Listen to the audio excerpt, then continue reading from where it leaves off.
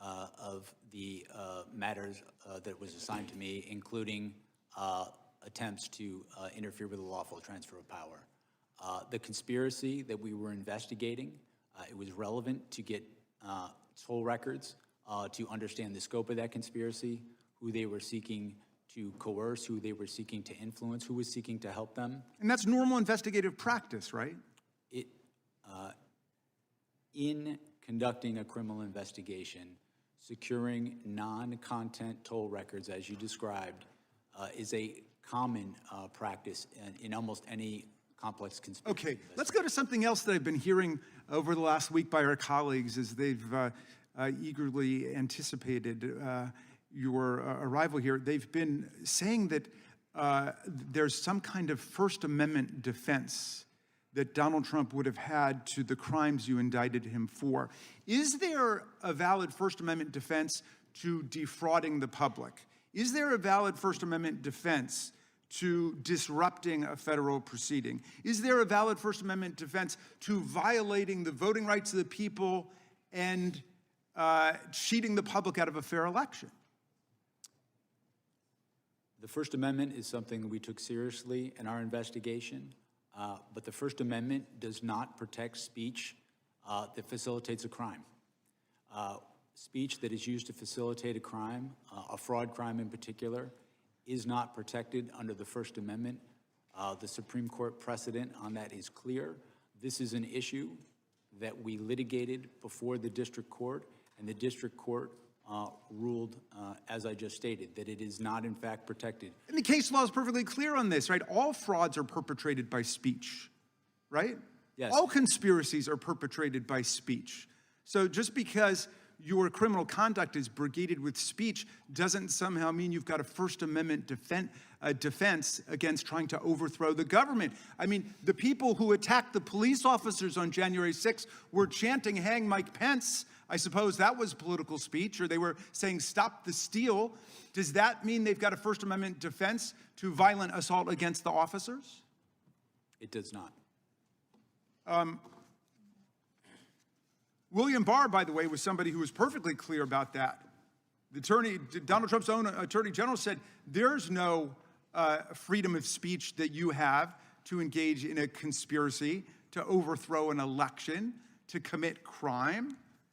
He was perfectly clear about that. Back in those days, in fact, lots of people on that side of the aisle, including my good friend, the chairman, denounced the violence that took place on January 6th. The cat's got their tongue these days.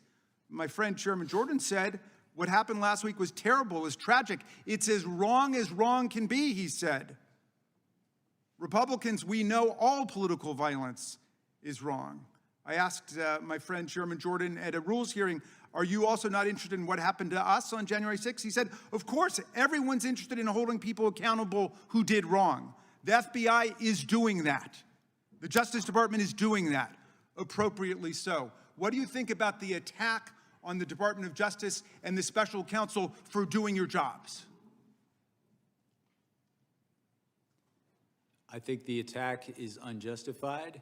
I think the people who worked with me as career public servants are people, they're part of the reason I've been a prosecutor for so long is to work with people like that, not just the prosecutors in my office, but also the agents, FBI agents who are heroes, who have served their country not only as agents, but also overseas. I think those attacks are unwarranted based on the facts, and I think that they have no basis in who we are as Americans, as a country. I don't see attacking people like that as anything appropriate. Thank you, and Mr. Chairman, I yield back to you. The gentleman yields back. Mr. Smith, is Cassidy Hutchinson a liar? She was their star witness, January 6th committee, their star witness in one of those staged and choreographed hearings they paid the former president of ABC News to put together. She was, in fact, the only witness at this special prime time hearing, Tuesday, June 28th, 2022, 8 o'clock in the evening, and she told some stories. I mean, these were some stories. She talked about President lunged across the back seat, grabbed the steering wheel, tried to drive the car to the Capitol. And I just want to know, you think she was lying? Chairman Jordan, my assessment of that particular issue is that with respect to the testimony about someone the president lunging towards the driver, my recollection of her testimony about that is that it was secondhand. She had said she'd heard that from somebody. You familiar with the name Tony Ornato? I'm sorry, sir? You familiar with the name Tony Ornato? Yes. White House Deputy Chief of Operations, Deputy Chief of Staff for Operations, right? You remember what he said about it? As I sit here right now, I do not. Yeah, he said it didn't happen. How about Bobby Engel? You familiar with that name? Yes, I am. Secret Service agent who was actually in the car that day. You know what he said? He said it didn't happen. And they both said the first time they ever heard this story was when Ms. Hutchinson testified in the primetime hearing as their star witness of the January 6th committee. By the way, did you ever confirm her testimony about this particular incident? We conducted, as I said before, our own independent investigation of all aspects of the case that we thought was relevant. We, attorneys from my office. Did you ever confirm it? That's a simple question. Well, we interviewed her, I should say, attorneys in my office before. Did you ever confirm the president leaping across the seat, grabbing the steering wheel, this whole concoction she brought up in the January 6th hearing? Did you ever confirm that? Right. We interviewed another firsthand witness who was in the car who did not confirm that Okay. had happened, but also In your deposition to stated the committee last month, Mr. Smith, you said this: my recollection with Ms. Hutchinson was a number of the things that she gave evidence on were secondhand hearsay. You remember making that statement to us last month in the deposition?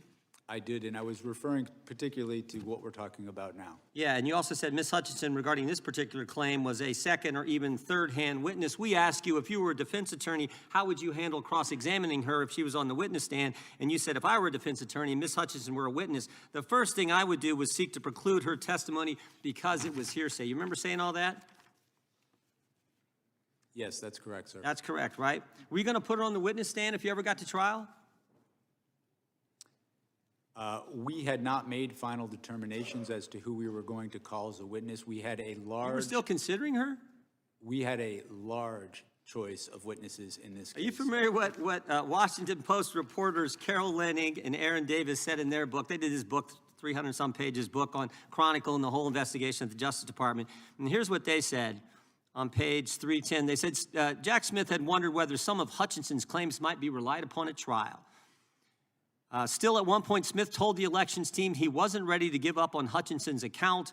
Ultimately, however, Trump administration officials uniformly, fiercely disputed her accounts under oath. Prosecutors on your team told Smith they wouldn't want to use Hutchinson as a witness in court, and Smith agreed. Are Carol Leonnig and Aaron Davis, who wrote this, are they lying? My recollection is that I certainly had not made any final determinations about who we were going to call. And that's the point. That is the point. The fact that they used her in a primetime hearing and you won't rule out using her, or didn't rule out using her, putting her on the witness stand when everybody knows she wasn't telling the truth, that says it all. That's the degree the left and Democrats were willing to go to get President Trump, putting on the witness stand someone everybody knows is making it up. Everybody knows that. And you were willing to do it. By the way, you know how many times Cassidy Hutchinson was mentioned in their report, the January 6th report? Any idea, Mr. Smith? I do not. 185 times. Someone that the whole country knows wasn't telling the truth, and you were still considering putting her on the witness stand because you had to get President Trump. And everybody can see that. We better take a recess for votes. We will resume as soon as votes are over. Back here 10 minutes after. Mr. Smith, you guys can go back to the room that you were in.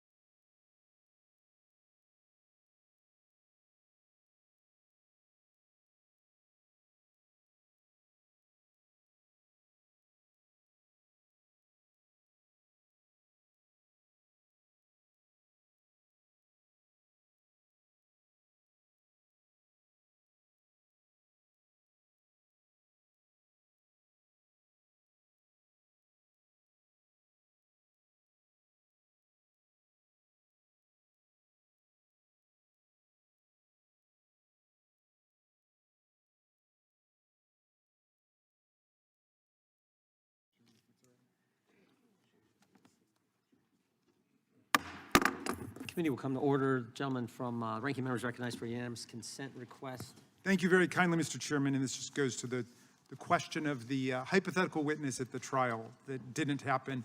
New York Times, May 1, 2024, Trump acknowledges he wanted to go to the Capitol on January 6th. Without objection. Carol Leonnig, who you quoted, Carol Leonnig outlines Tony Ornato's history of lies.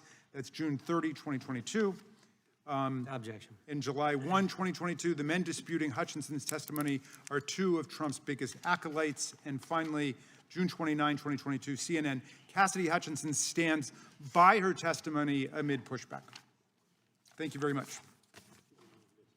Gentleman from New York is recognized. Thank you, Mr. Chairman. Mr. Smith, over the past few years, Republicans have waged constant attacks on you. Donald Trump has said you are totally compromised, a political hitman, a left-wing radical, a criminal, a fully weaponized monster, and that you should be considered mentally deranged and thrown out of the country. Just this week, he called you a sick bastard. Unfortunately, the rules of decorum prevent me from saying what I think of Donald Trump. But he is not the only one to launch attacks against you. Chairman Jordan has accused you of abusive surveillance and accused you and your team of partisan and politically motivated prosecutions. Despite the mountain of evidence that you laid out in the special counsel's report and in your court filings, President Trump's supporters are convinced that the only reason your team tried to hold him accountable is because you have a vendetta against him. I want to address these allegations today. You have had a long and distinguished career with the Justice Department, including serving as the chief of DOJ's Public Integrity Section for 5 years. While leading the Public Integrity Section, you led investigations and prosecution of public figures and political leaders from both parties, Republicans and Democrats. Can you give us a couple of examples?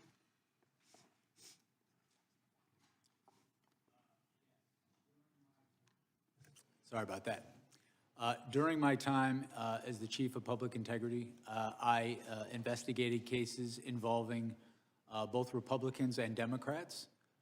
The standard in all of those cases was the same: follow the facts and the law. Didn't matter what party you were in, it mattered the facts of the case. In doing that, there were cases I brought against Democrats and cases I brought against Republicans. There were also cases that I investigated and did not bring against Democrats and Republicans. Party affiliation played no role in my investigations. I can think of multiple cases of prominent members of Congress that we investigated who were Republicans who, upon reviewing the law and the facts, I decided not to go forward in those cases. And the same could be said with people on the Democratic side. I've always tried to follow the facts and the law in my career. When it comes to deciding whether to pursue a criminal prosecution of an individual, what factors do you consider? The primary factors are the facts and the law. As a federal prosecutor, in making a prosecutorial decision, you're guided by the federal principles of prosecution, which guide one not only to look at the facts and the law, but the federal interests. And that is exactly what we did in this case, as set forth in my final report. Does partisan politics play a role in your decision whether or not to prosecute someone? None. To be clear, did partisan politics play a role in your decision to charge Donald Trump? It did not. What does it do to the justice system if political leaders place pressure on prosecutors to file charges against their political enemies? What are the implications if prosecution decisions are based on politics, not the law? I think it weakens the rule of law in our country because it weakens the mechanism for us to prosecute, among other things, corruption. When there is political prosecutions targeting people because they're enemies of the president, the department loses credibility and it can't do its job in all sorts of cases. According to your deposition before this committee, it sounds like your problem was not determining if you had enough evidence to charge Donald Trump, but rather that you might have had too much evidence and struggled to determine how to present a clear narrative to a jury. How would you characterize the evidence against Mr. Trump about inciting an insurrection against the laws of this country? Did you have too much? Well, With respect to presenting the case that we charged, one of the central challenges was trying to present that in a concise way because we did have so many witnesses. Some of the most powerful witnesses were witnesses who, in fact, were fellow Republicans who had voted for Donald Trump, who had campaigned for him, and who wanted him to win the election. These included state officials, people who worked on his campaign, and advisors. I will say, however, with respect to the charge of insurrection, we did not charge that. As I set forth in my report, while I believe that there is, courts have found that that was an insurrection and that there's a reasonable interpretation, a reasonable prosecutor could interpret the evidence to support that charge. I chose not to do that, looking at the facts in the law. I thought the charges we brought were appropriate, given the evidence that we had. Thank you, Mr. Smith, for your decades-long public service and for working tirelessly to uphold the rule of law. Those who attack and smear you and your team in order to protect Donald Trump should be ashamed of themselves. I yield back. Gentleman yields back. Gentleman from California is recognized. Mr. Smith, do you see criminals to my left? You don't see any. Do you see people who are committing crimes because they continue to believe things that just aren't true? That's paraphrasing Ronald Reagan, that liberals aren't stupid, they just know things that don't happen to be true. If the president believed that he was cheated in an election, that there was fraud, or in some other way a number of items led to his defeat, when in fact he should have won according to the Constitution, does that make him a criminal? Sir, No, that's a yes or no, please, Mr. Smith. These people here are continuing to grapple constantly with things that aren't true, like socialism works, or that somehow everything the Republicans do is evil and everything they do is right. They've never reached a conclusion in a typical partisan case in which we're not evil because we think something different and we're not wrong. You understand the Constitution. Do you understand the Bill of Rights, that someone has the absolute right to believe something, whether it's true or not, and to advocate for something, whether it's true or not? Do you understand that in addition to your oath to the Constitution, that that's one of the things the First Amendment allows for, isn't it? yes, sir. Okay, so if you know that people have a right to opine, lobby for, assert, do everything they can legally to ask for people to make different decisions, then why is it you saw criminal conduct on behalf of a president who believed he didn't win? Chairman Jordan and myself have something in common, along with a number of others here. We saw wrongdoing, and on January 6th, we voted not to confirm 2 states because they had violated the U.S. Constitution in how they selected who got ballots. And yet, you're going to come here and say, oh, I just followed the law. When you went after these people and you said, well, technically I can do that, you didn't see any selective nature or any separation of powers under the Constitution to spying on the activities and the conversations of the Speaker of the House? To what end would conversations between the Speaker of the U.S. House, third or second in line to be the president, and the president, in what basis would it be any of your business other than you believe that there was a conspiracy without conspiracy as a basic premise? You, like the president's men for Richard Nixon, went after your political enemies. Maybe they're not your political enemies, but they sure as hell were Joe Biden's political enemies, weren't they? They were Harris's political enemies. They were the enemies of the president, and you were their arm, weren't you? No. No. Oh, great.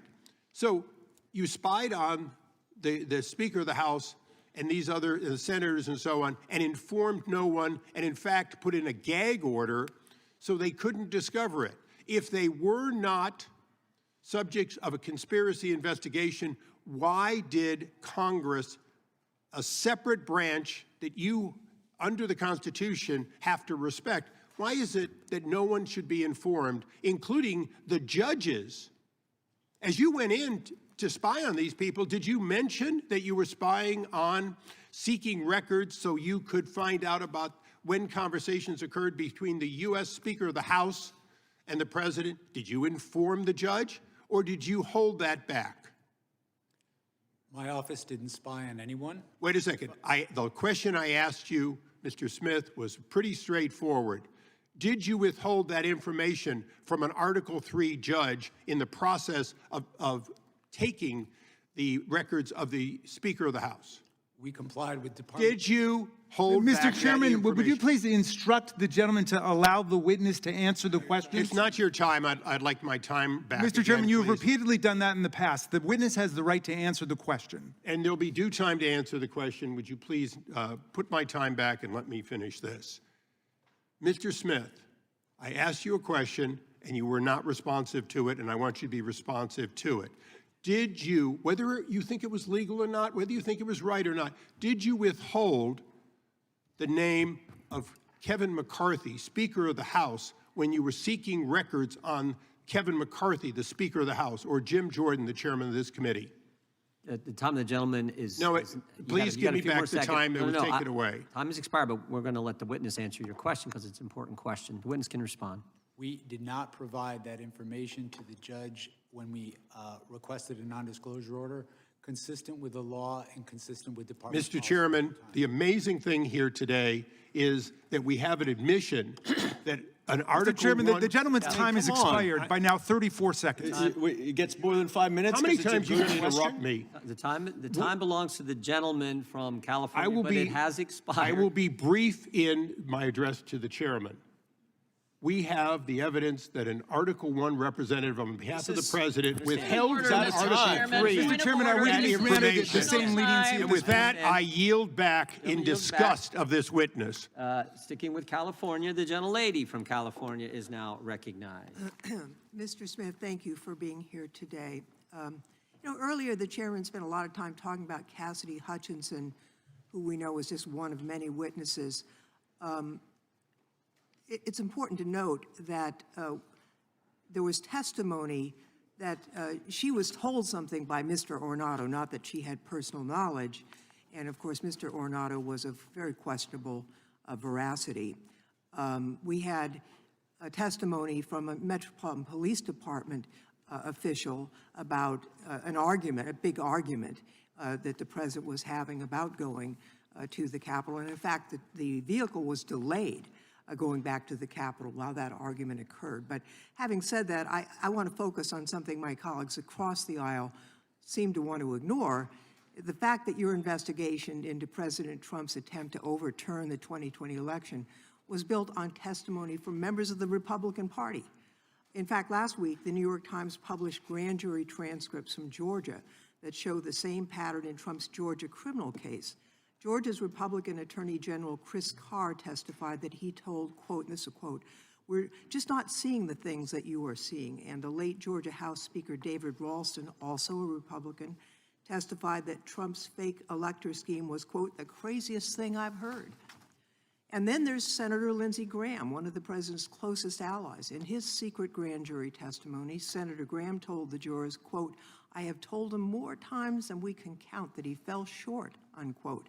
And then he said this, quote, "If you told him Martians came and stole votes, he'd be inclined to believe it." Martians, that's from Senator Graham speaking under oath. So here's my question. Mr. Smith, in your deposition with this committee, you testified, and here's a quote, "Our case was built on, frankly, Republicans who put their allegiance to the country before the party." Also,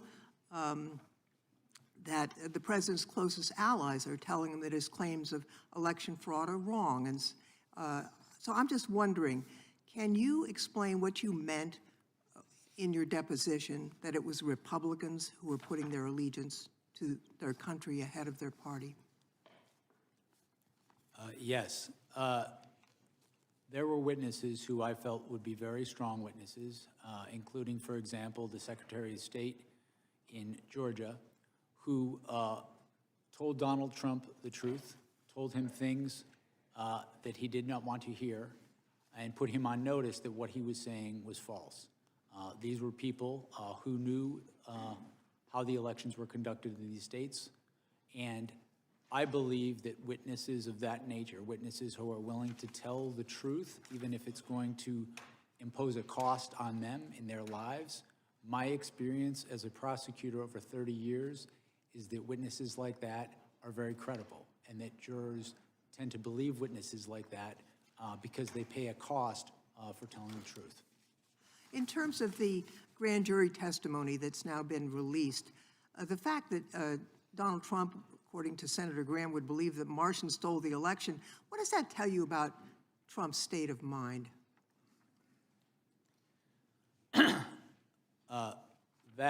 That statement is consistent with what we found in our investigation, in that our investigation revealed that Donald Trump was not looking for honest answers about whether there was fraud in the election. He was looking for ways to stay in power. And when people told him things that conflicted with him staying in power, he rejected them, or he chose not even to contact people like that who would know if the election was done properly in the state. On the other hand, when individuals would say things that would allow him to stay in power, no matter how fantastical, he would latch onto those. That pattern, over time, we felt was powerful evidence that he, in fact, knew that the fraud claims he was making were false. You know, who were some of the Republican witnesses who told you that who told President Trump that his claims of election fraud were false? Can you share that with us? There were a range of witnesses. They ranged from people on his campaign team who had wanted him to win, were employed to help him win the election. They included state officials, state Republican officials who wanted him to win, voted for him, campaigned for him, asked him and his co-conspirators to provide evidence to support their claims, and invariably they never did.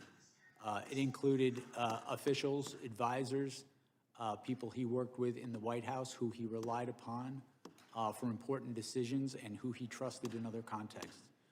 We felt we had strong evidence from a variety of sources. Time of the gentlelady has expired. Ms. Chairman, with my fellow Californian, you were allowing the witness Yeah, it's a to good answer. question. Isn't that grounds to let him answer? I've given him 30 seconds extra, the gentlelady 30 seconds extra. If the gentleman can be concise and finish up here quickly, we will allow him to finish. Yes, sir. And just conclude saying we felt that constituted powerful evidence of the knowing falsity of his statements in furtherance of the fraud. Mr. Chairman, I would like to yield back, noting the presence of officers who were severely attacked. Got nothing to yield back. You're a minute over. The gentleman from Protecting Texas. our lives on January 6th. The gentleman from Texas, Mr. Gill, is recognized for 5 minutes. Mr. Smith, in January of 2023, did you subpoena then Speaker of the House Kevin McCarthy's toll records? Yes, sir, we did. Yes, you did. And the subpoena covered the time period between November 2020 and January 2021. Is that right? I'm sorry, sir, could you say that again? We're not going to delay like this. The subpoena covered the time period between November of 2020 and January 2021. How many days after Kevin McCarthy was sworn in as Speaker did you subpoena his records? I don't recall, but those two things had nothing to It do was with one. 16 days after becoming the highest-ranking Republican in the House of Representatives. You subpoenaed his toll records. Do you agree that that might reasonably be considered a violation of the speech or debate clause? I do not, and I want to be clear that the toll You were records- collecting months' worth of phone data on the Republican Speaker of the House, the leader of the opposition, right after he got sworn in as Speaker, all around the time of a major vote. That sounds like a flagrant violation of the speech or debate clause to me, and I think most people agree with me. And Speaker McCarthy had no recourse, did he? Because you issued a non-disclosure order ensuring that neither he nor any of the American people knew about these subpoenas. Is that right? The toll record, the non-content toll record subpoenas We did secure non-disclosure orders for those subpoenas. You because did, of and let me the ask you, risk of Mr. Smith, at the time you secured those non-disclosure orders, was Speaker McCarthy a flight risk? The non-disclosure order was based on concerns about Was Speaker obstruction. McCarthy a flight risk? He was not. He was not. Then why did your non-disclosure order refer to him as a flight risk? It says right here, the court finds reasonable grounds to believe that such disclosure will result in flight from prosecution. Sir, when securing a non-disclosure order, the risks don't have to be You associated. think that the Speaker of the House Can you is a finish flight answering risk? the question? No, this is not your time. This is my time. You think the Speaker of the House is a flight risk? You think he's going to hop on a plane and leave the country? No, what I was trying to explain is with respect to a non-disclosure order, the risks aren't necessarily associated with the subscriber to the phone. They're the risks to the Okay. investigation. I think that you were using, this was clearly in reference to Speaker McCarthy, and you were using clearly false information to secure a non-disclosure order to hide from Speaker McCarthy and from the American people the fact that you were spying on his toll records. But I've got more, so let's move on. In May of 2023, you also issued subpoenas for toll records of 9 U.S. senators and an additional representative. Is that right? In May of '23, we did issue. You did, and there were non-disclosure orders in conjunction with those subpoenas as well, right? That's correct, consistent with department policy and Right. the law. So again, nobody would know what you were doing. The senators would, and the representatives would, and the American people wouldn't know what you were doing. Is that right? The toll records that we secured and the non-disclosure orders were consistent with policy and consistent. And you with knew the whenever you were doing that there was a risk you were violating the speech or debate clause. Is that right? The toll record subpoenas that we secured were with the concurrence of the public integrity. Your own analysis says that you knew there was a risk you were violating the speech or debate clause. I have it right here. This is an email from John Keller at Public Integrity Section to your team. As you are aware, quote, as you are aware, there is some litigation risk regarding whether compelled disclosure of toll records of a member's legislative calls violates the speech or debate clause in the D.C. Circuit. That's from your own analysis right there. So you did know, didn't you? Sir, with respect to the item you just put up on the screen, the last sentence states, Oh, we're going to get to the last sentence.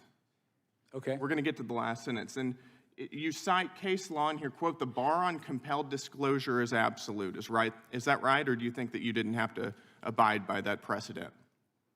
to be clear, this statement is not from my office. This is the statement of the public This is integrity your section. justification for those subpoenas and NDOs that you ordered. This was part of your analysis. It's a cursory analysis. I think it's worth noting. But let's get to that last sentence then.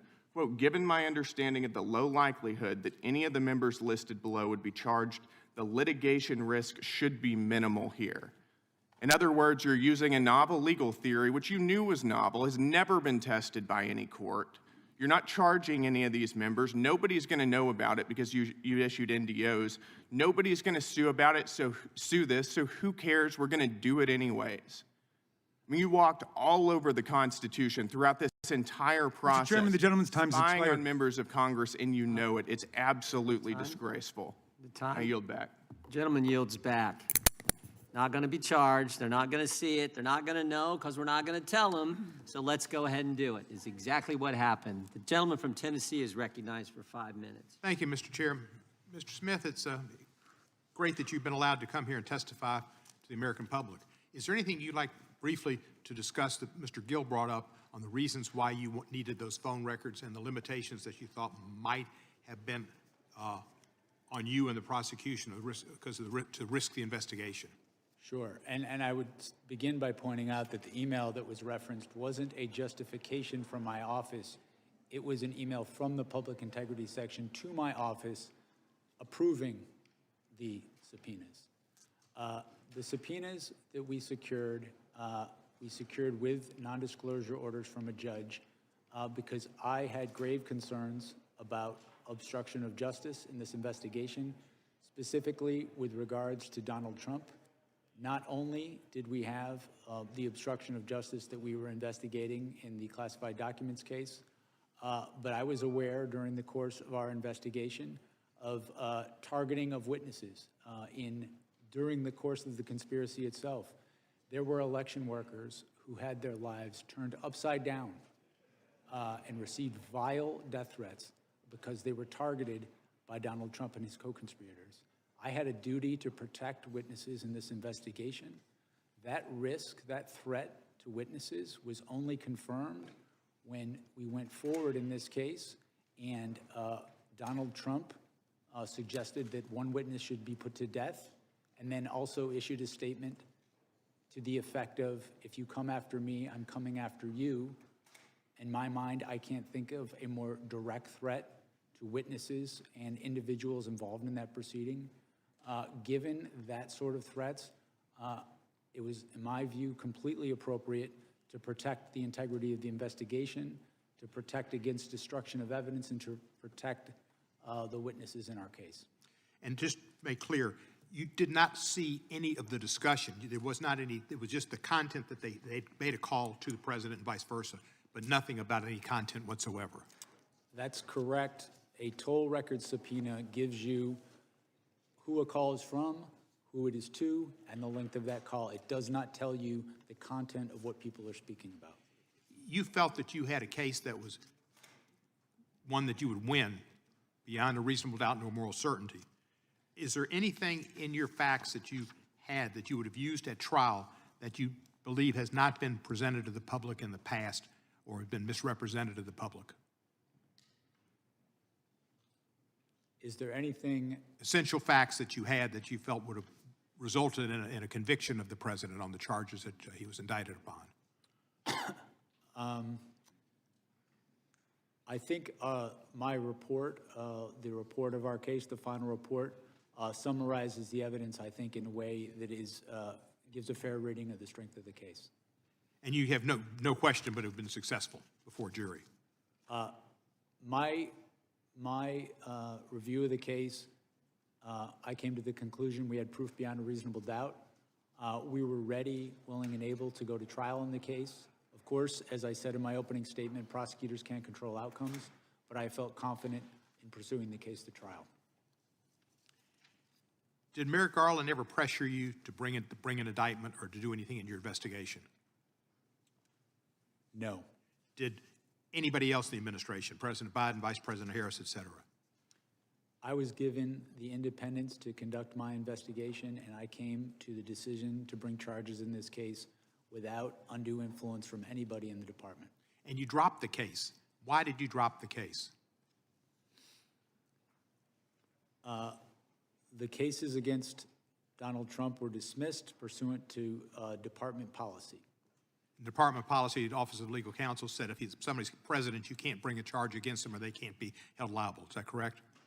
That's correct. There had not been a case of this nature ever where someone was elected president with charges pending, and so that was slightly different. So we consulted with with the Office of Legal Counsel, and they determined pursuant to policy that the cases needed to be dismissed.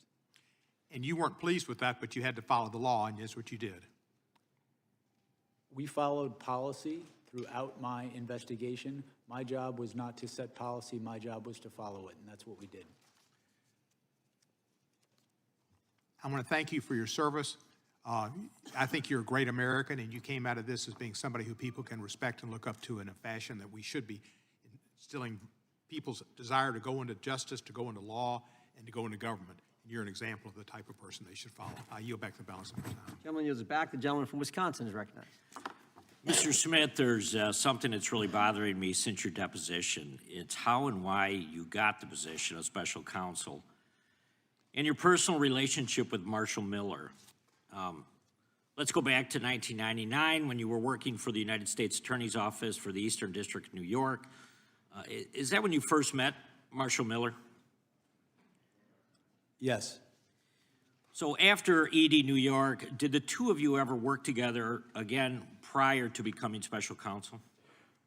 According to the public bios for you and Mr. Miller, you overlapped at DOJ from 2014-15 when you were chief of DOJ's Public Integrity Section and Mr. Miller was chief of staff for DOJ's Criminal Division. Is that accurate?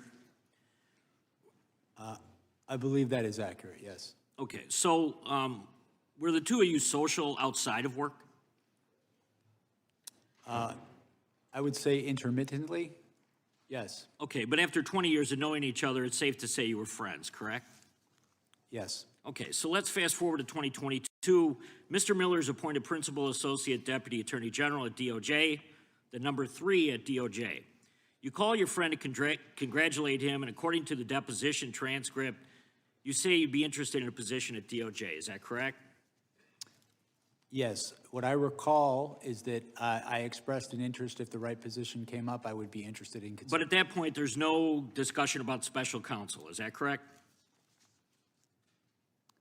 This is some time ago, and so I don't have a specific recollection of all these conversations. So you were first approached about special counsel and that role before the 22 midterm elections. And according to the deposition transcript, in October of 2022, you fly to DC, meet with the AG and the Deputy Attorney General. Is that correct? Yes, I flew to DC, I believe it was in October, and I met the Deputy Attorney General, and also I met the Attorney General. So in multiple conversations with your friend Marshall Miller, he never once tipped you off that the Attorney General or Deputy Attorney General have you on the short list for special counsel? That never came up? Again, this was some time ago, but my recollection is I came to Washington and I met with those individuals as well as the Human Rights Section. Marshall Miller is the person who set that up. So he was at the meetings. Was he at the meetings? So just to tie all this together, you've known Mr. Miller since you were both AUSA in New York. You stayed in touch over a 20-year career in federal government. He gets a job with the Biden administration, and just a few short months later, you're offered the role of special counsel. I'm having a hard time believing that this is some big coincidence and that there wasn't a back and forth on the special counsel. So maybe you never received directives explicitly from the AG or the Deputy Attorney General, but was Marshall Miller, did he become a two-way conduit throughout the investigation with DOJ? No, and I would not take direction from a political person, a political figure, about how I should conduct an investigation. But you never spoke to him throughout the entire time you were conducting the investigation? No, I didn't say that. What I said was Okay. that he was, I think you asked if he was a conduit of information. He was present, to my recollection, at meetings, briefings that I had with the Attorney General and Deputy Attorney General during my time as special counsel. I mean, I don't want to assume anything, but Mr. Miller wanted you in that position, not because you're necessarily the best lawyer he ever met, but because of the long-term friendship that you have with him. What I can tell you is I have been a prosecutor for 30 years. I have been an apolitical public servant for 30 years. I've prosecuted cases against Democrats and Republicans all the same. I've had, in my view, the experience necessary for this position, and that's why I accepted it. So he knew that you would pursue, I mean, he had to have an idea that you would pursue exactly what the Biden administration wanted, which was criminal charges against President Trump. I think that anybody who knows me well knows the idea that I would take direction from a political figure about how an investigation should come out. I don't think anybody who knows me thinks that's true. Well, Chairman Jordan, I think the next deposition should be with Marshall Miller at this point. I yield back. Gentleman yields back. The gentleman from Georgia is recognized. And while we are deposing Marshall Miller, maybe we can depose Donald Trump about why he chose his personal lawyer to be the head of the DOJ. On January 6, 2026, the 5th anniversary of the insurrection, the White House launched a taxpayer-funded website that attempts to rewrite history about what happened on that day of infamy. On January 6, 2021, there was an insurrection at the United States Capitol that resulted in a police officer dying the next day, another 4 officers dying by suicide in the months thereafter, with at least 140 police officers being injured by the insurrectionists, with 15 of them requiring hospitalization. And I'm proud that we have 4 former officers as well as on-duty Capitol Hill police officers here today. Mr. Smith, I want to ask you about this website because the Trump administration is using taxpayer dollars to lie to the American people about the events leading up to and the events taking place on January 6, 2021. For example, this Trump propaganda site claims that the 2020 election was, quote, stolen. Mr. Smith, did your investigation uncover evidence sufficient to prove beyond a reasonable doubt that Donald Trump knew that his claim that the election was stolen was false? Yes, it did. And did your investigation uncover evidence sufficient to prove beyond a reasonable doubt that Donald Trump publicly claimed that the 2020 election was stolen from him while he privately acknowledged that he had lost the election? Yes, we cited instances of that during in our case. But yet here we see that on the 5th anniversary of the insurrection, the Trump White House propaganda machine is still promoting the stolen election theory on this government webpage with a text box titled, quote, fraudulent election, stolen election certified, end quote. The site also has a subsection reading in part, quote, FBI entrapment operation exposed. Mr. Smith, did your investigation develop any evidence to support the allegation that the FBI entrapped insurrectionists into committing crimes on January 6th? Our investigation revealed that Donald Trump is the person who caused January 6th, that it was foreseeable to him, and that he sought to exploit the violence. This website also accuses you of being a, quote, Biden prosecutor who brought, quote, weaponized charges against Mr. Trump. Mr. Smith, were you a Biden prosecutor who weaponized the Department of Justice against Donald Trump? Absolutely not. Did Attorney General Merrick Garland direct you to prosecute Trump because Donald Trump was running against Joe Biden in the presidential election? No. There are also allegations that President Trump was the victim of, quote, lawfare, and accusations that the Department of Justice lawyers who prosecuted Donald Trump used, quote, fabricated indictments and rigged show trials. Did you, Mr. Smith, or the men and women working on your team work to fabricate indictments or put on rigged show trials?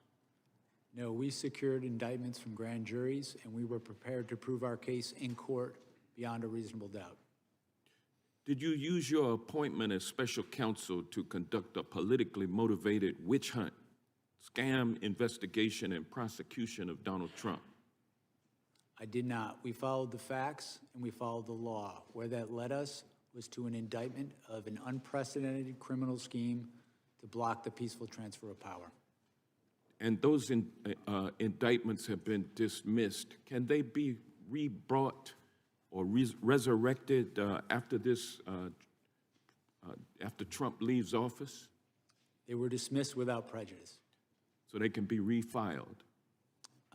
And he can be prosecuted after he leaves office, is that correct? I'm not going to speak to that. I can only speak to what we did, which was dismiss the case without prejudice. All right. The website put out by the Trump White House on the anniversary of January 6th is nothing more than a pack of lies. It proves that Donald Trump is hell-bent on misusing taxpayer dollars in a feeble attempt to rewrite his criminal history and the history of what happened on January 6, 2021. And with that, I yield back, but I would like to, Mr. Chairman, offer for the record Unanimous consent? unanimous consent, a statement from Cybersecurity and Infrastructure Security Agency released on November 12th, 2020 that states the November 3rd election was the most secure in American history. Objection. And also testimony from, I would like to request unanimous consent to enter into the record the September 24th, 2020 testimony of Trump's former FBI Director Chris Wray, who told Senate Homeland Security, the Homeland Security Committee of the Senate, that the FBI had, quote, not seen or historically had any kind of coordinated national voter fraud effort in a major election. Without objection. And last but not least, Mr. Chairman, I'd like to ask unanimous consent to enter into the record this article titled "Disputing Trump, Barr Says No Widespread Election Fraud." Without objection. The gentleman yields back. The gentleman from Texas is recognized for 5 minutes. Thank you, Mr. Chairman. Mr. Smith, on November 18th, 2022, A.G. Garland appointed you as special counsel. Can you tell me about your swearing in or the oath of office that you took after that? I don't recall the specifics of it. I know I was sworn in. I don't recall the specifics of how that was done. You don't remember who swore you in? I don't. Would you agree that taking the oath of office is a legal requirement for the job that you had? I've taken oaths of office regularly. I haven't researched whether it's required or not, but I have done that, I think, in every government case. It is required. Terms I heard earlier today were atypical, irregular, no proper procedure. Yet in your opening statement, you said that we followed Justice Department policies, and I would assume you meant the law as well. It strikes me as odd that you don't remember who swore you in, how you were sworn in. It's pretty significant. We all get sworn in here, and I remember every day. You don't remember who swore you in. I don't remember the details of it as I sit here today. But you did take the oath of office before you got rolling. I think my recollection is it was when I was appointed. It was when. It strikes me as odd that Attorney General Garland had you retake the oath of office on the 14th of September of the following year. Why did he make you do that? As I sit here right now, I do not recall. I know that there is the oath of office that I signed. I believe it was on the 18th, the day that I was appointed. And I know the department had me do a second one. I don't know the particulars of why they asked me to do it again, but I know you signed it on the 20th of November 2022, but there was no witness, which, I mean, you have to agree it's a little odd. If there's no witness saying that you took the oath of office, it would maybe make someone like me question whether or not you were legitimately doing the job until you finally took the oath of office. It sounds like the Attorney General had the same question and thought, oh shit, we got to have him sign this on the 14th day of September of the following year. So why did you take the oath of office again on the 14th of September of the following year when you say you took the office in November of 2022? Why'd you need to do it twice? My recollection is that I took the oath of office, as you said, it was the 18th or the 20th, and felt I was under the oath of office. I believe, if you have it in front of you, I think I signed an oath. You signed it, but there was no witness. There was supposed to be either notarized or a witness, and apparently Attorney General Garland thought it was significant enough to have you do another oath 11 months later. That's strange, right? I don't know why they asked me to sign it again. I don't recall ever discussing this issue with Attorney General Garland. Well, that is just wild to me. I'd like to yield the balance of my time to Mr. Jordan. Well, which one was the official one? Which one counted?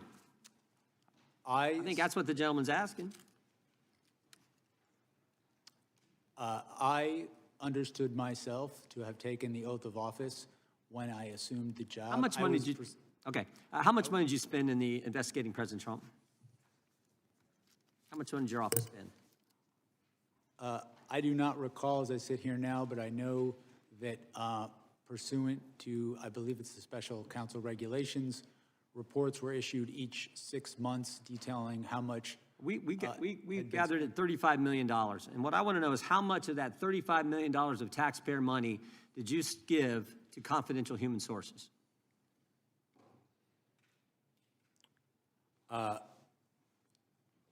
We know you gave $20,000 to someone. It just got reported last week. How much more money did you pay confidential people we don't know about, with American tax money going after the guy we elected president? My recollection regards the $20,000, which was not a payment from me. It was me approving a payment by the FBI to a confidential human source who was reviewing video and photographic Who's the source? evidence. I do not know the identity of the source. What How I know- many other payments went to this source or other sources?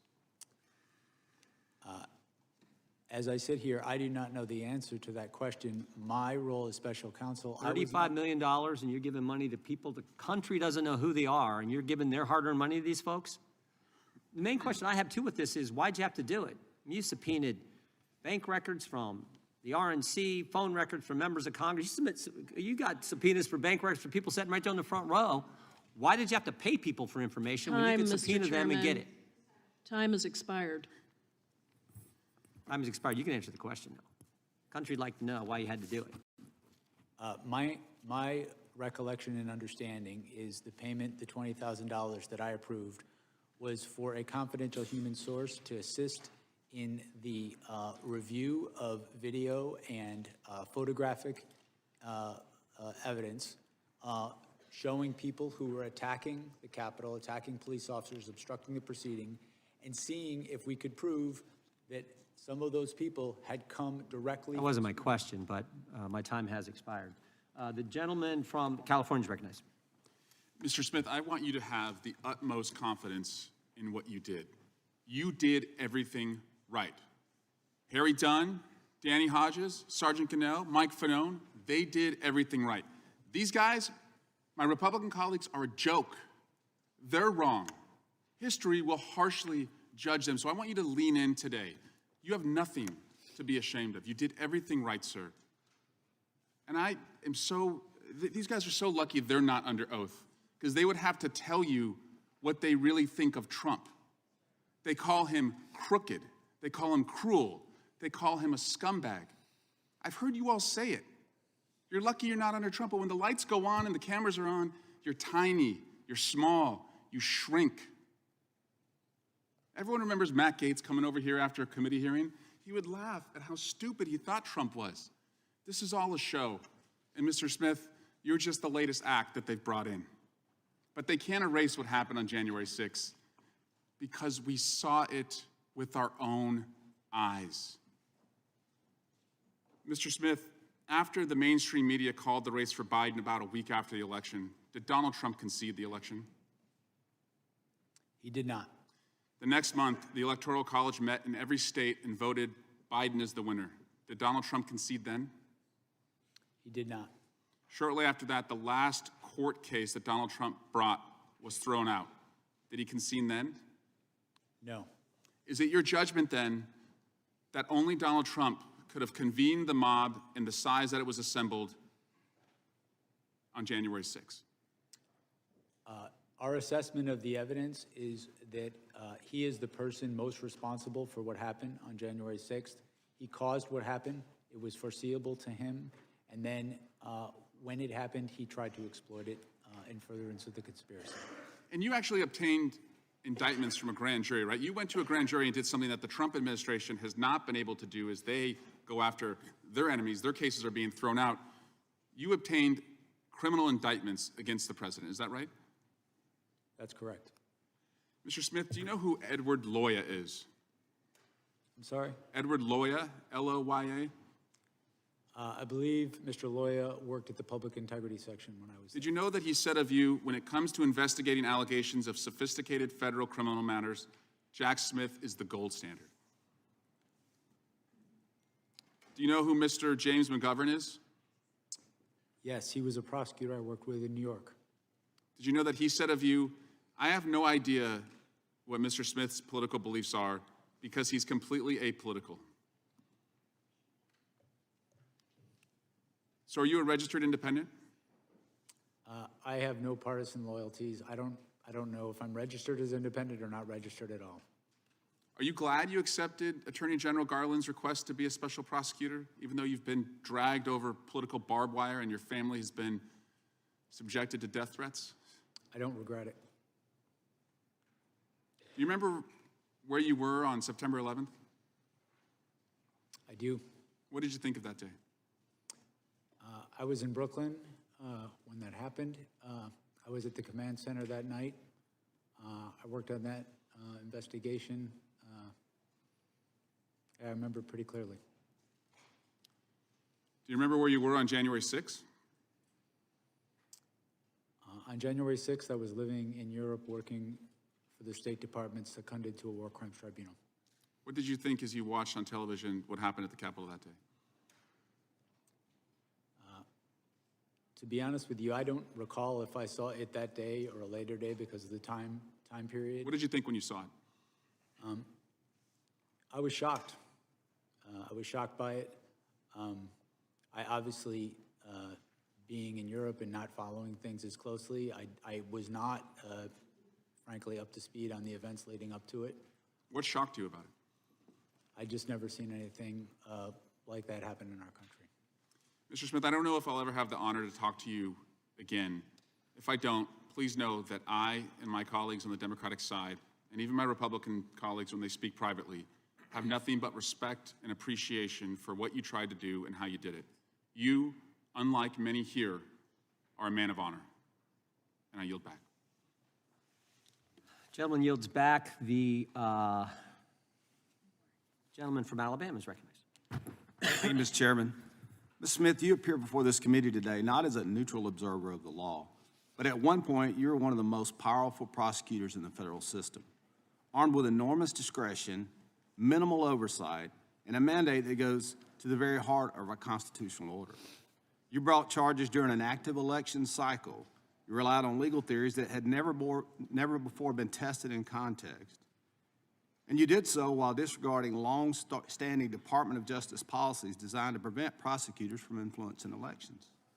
Mr. Smith, you claimed in your investigation you developed proof beyond a reasonable doubt that President Trump engaged in criminal scheme to overturn the results in the 2020 election and to prevent lawful transfer of power. However, a few weeks ago in Georgia, Fulton County election board officials stated that 315,000 ballots were certified without required signatures on the tabulator tapes for poll workers. These signatures were required by the Georgia statute. If not counted, this could have turned the state of Georgia red, and I won't doubt there were similar schemes in many other states.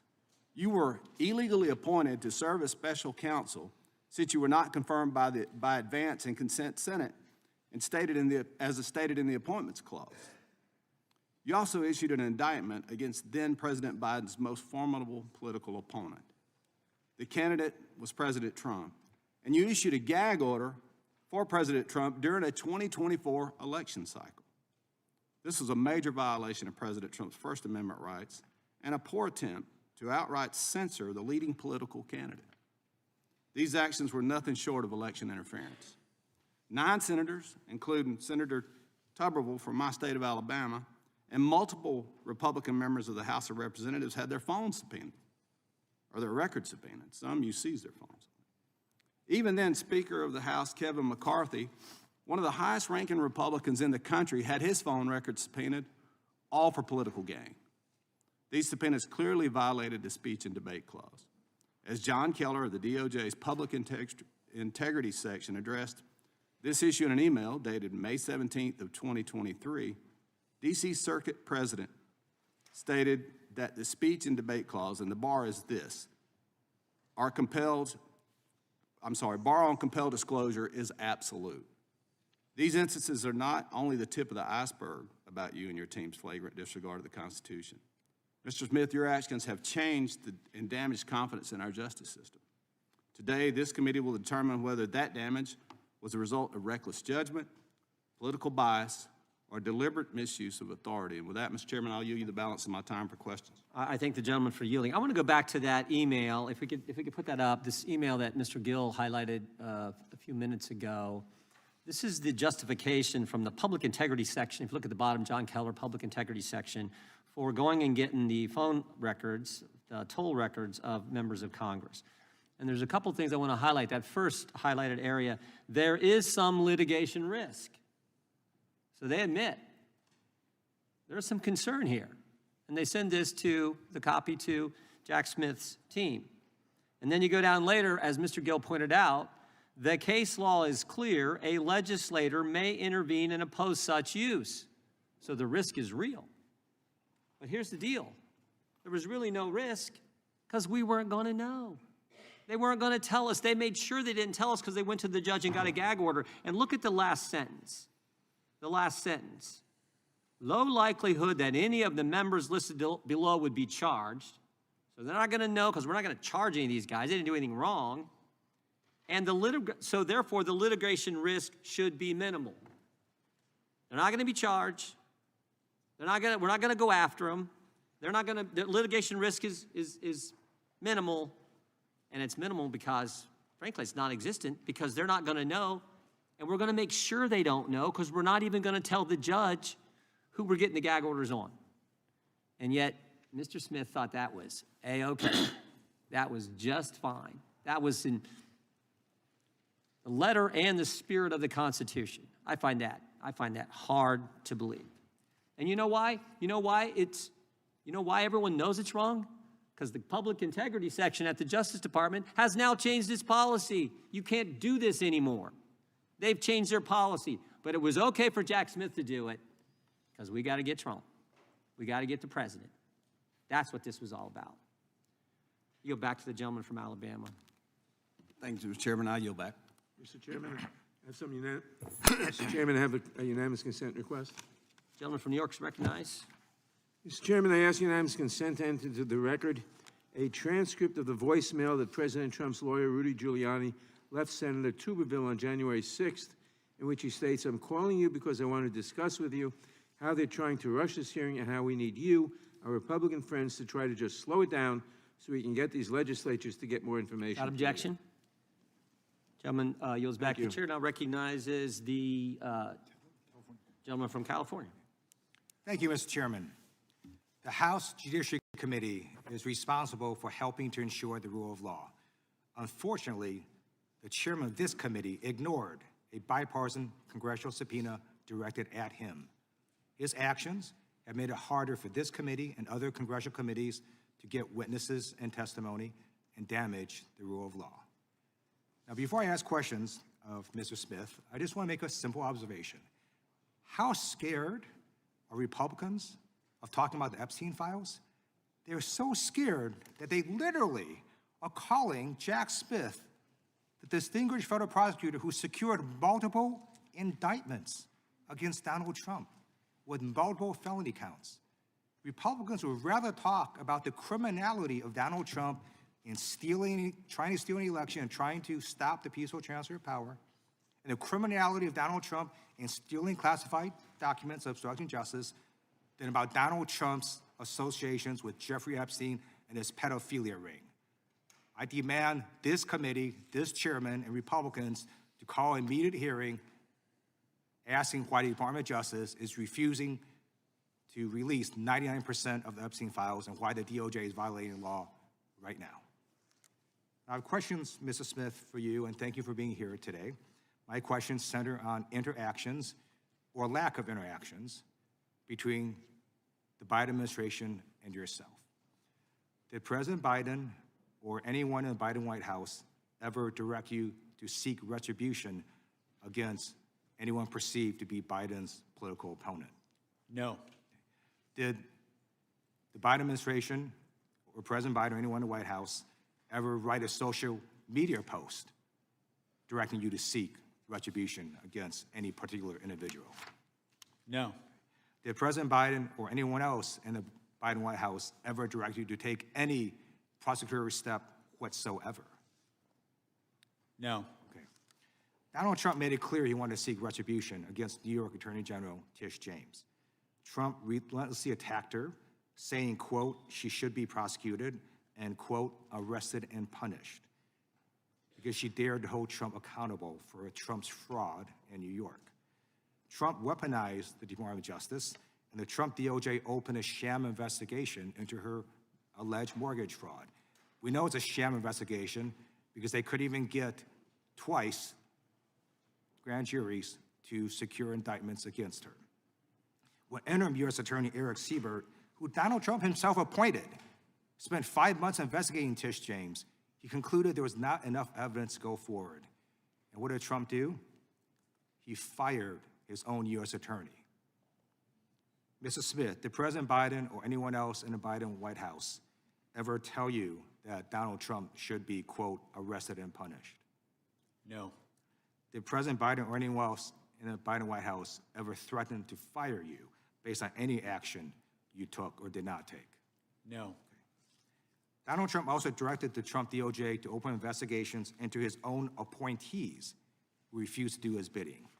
His DOJ recently investigated Federal Reserve Chair Jerome Powell because Powell won't cede to Trump's bullying on interest rates. Did President Biden or anyone else in the Biden White House ever direct you to go after any Biden appointee? No. Okay. I just want to say a little bit about what the Republicans have brought up about these phone toll records. Do you believe the Speaker of the House is above the law? No, I don't believe anybody should be above the law. Right.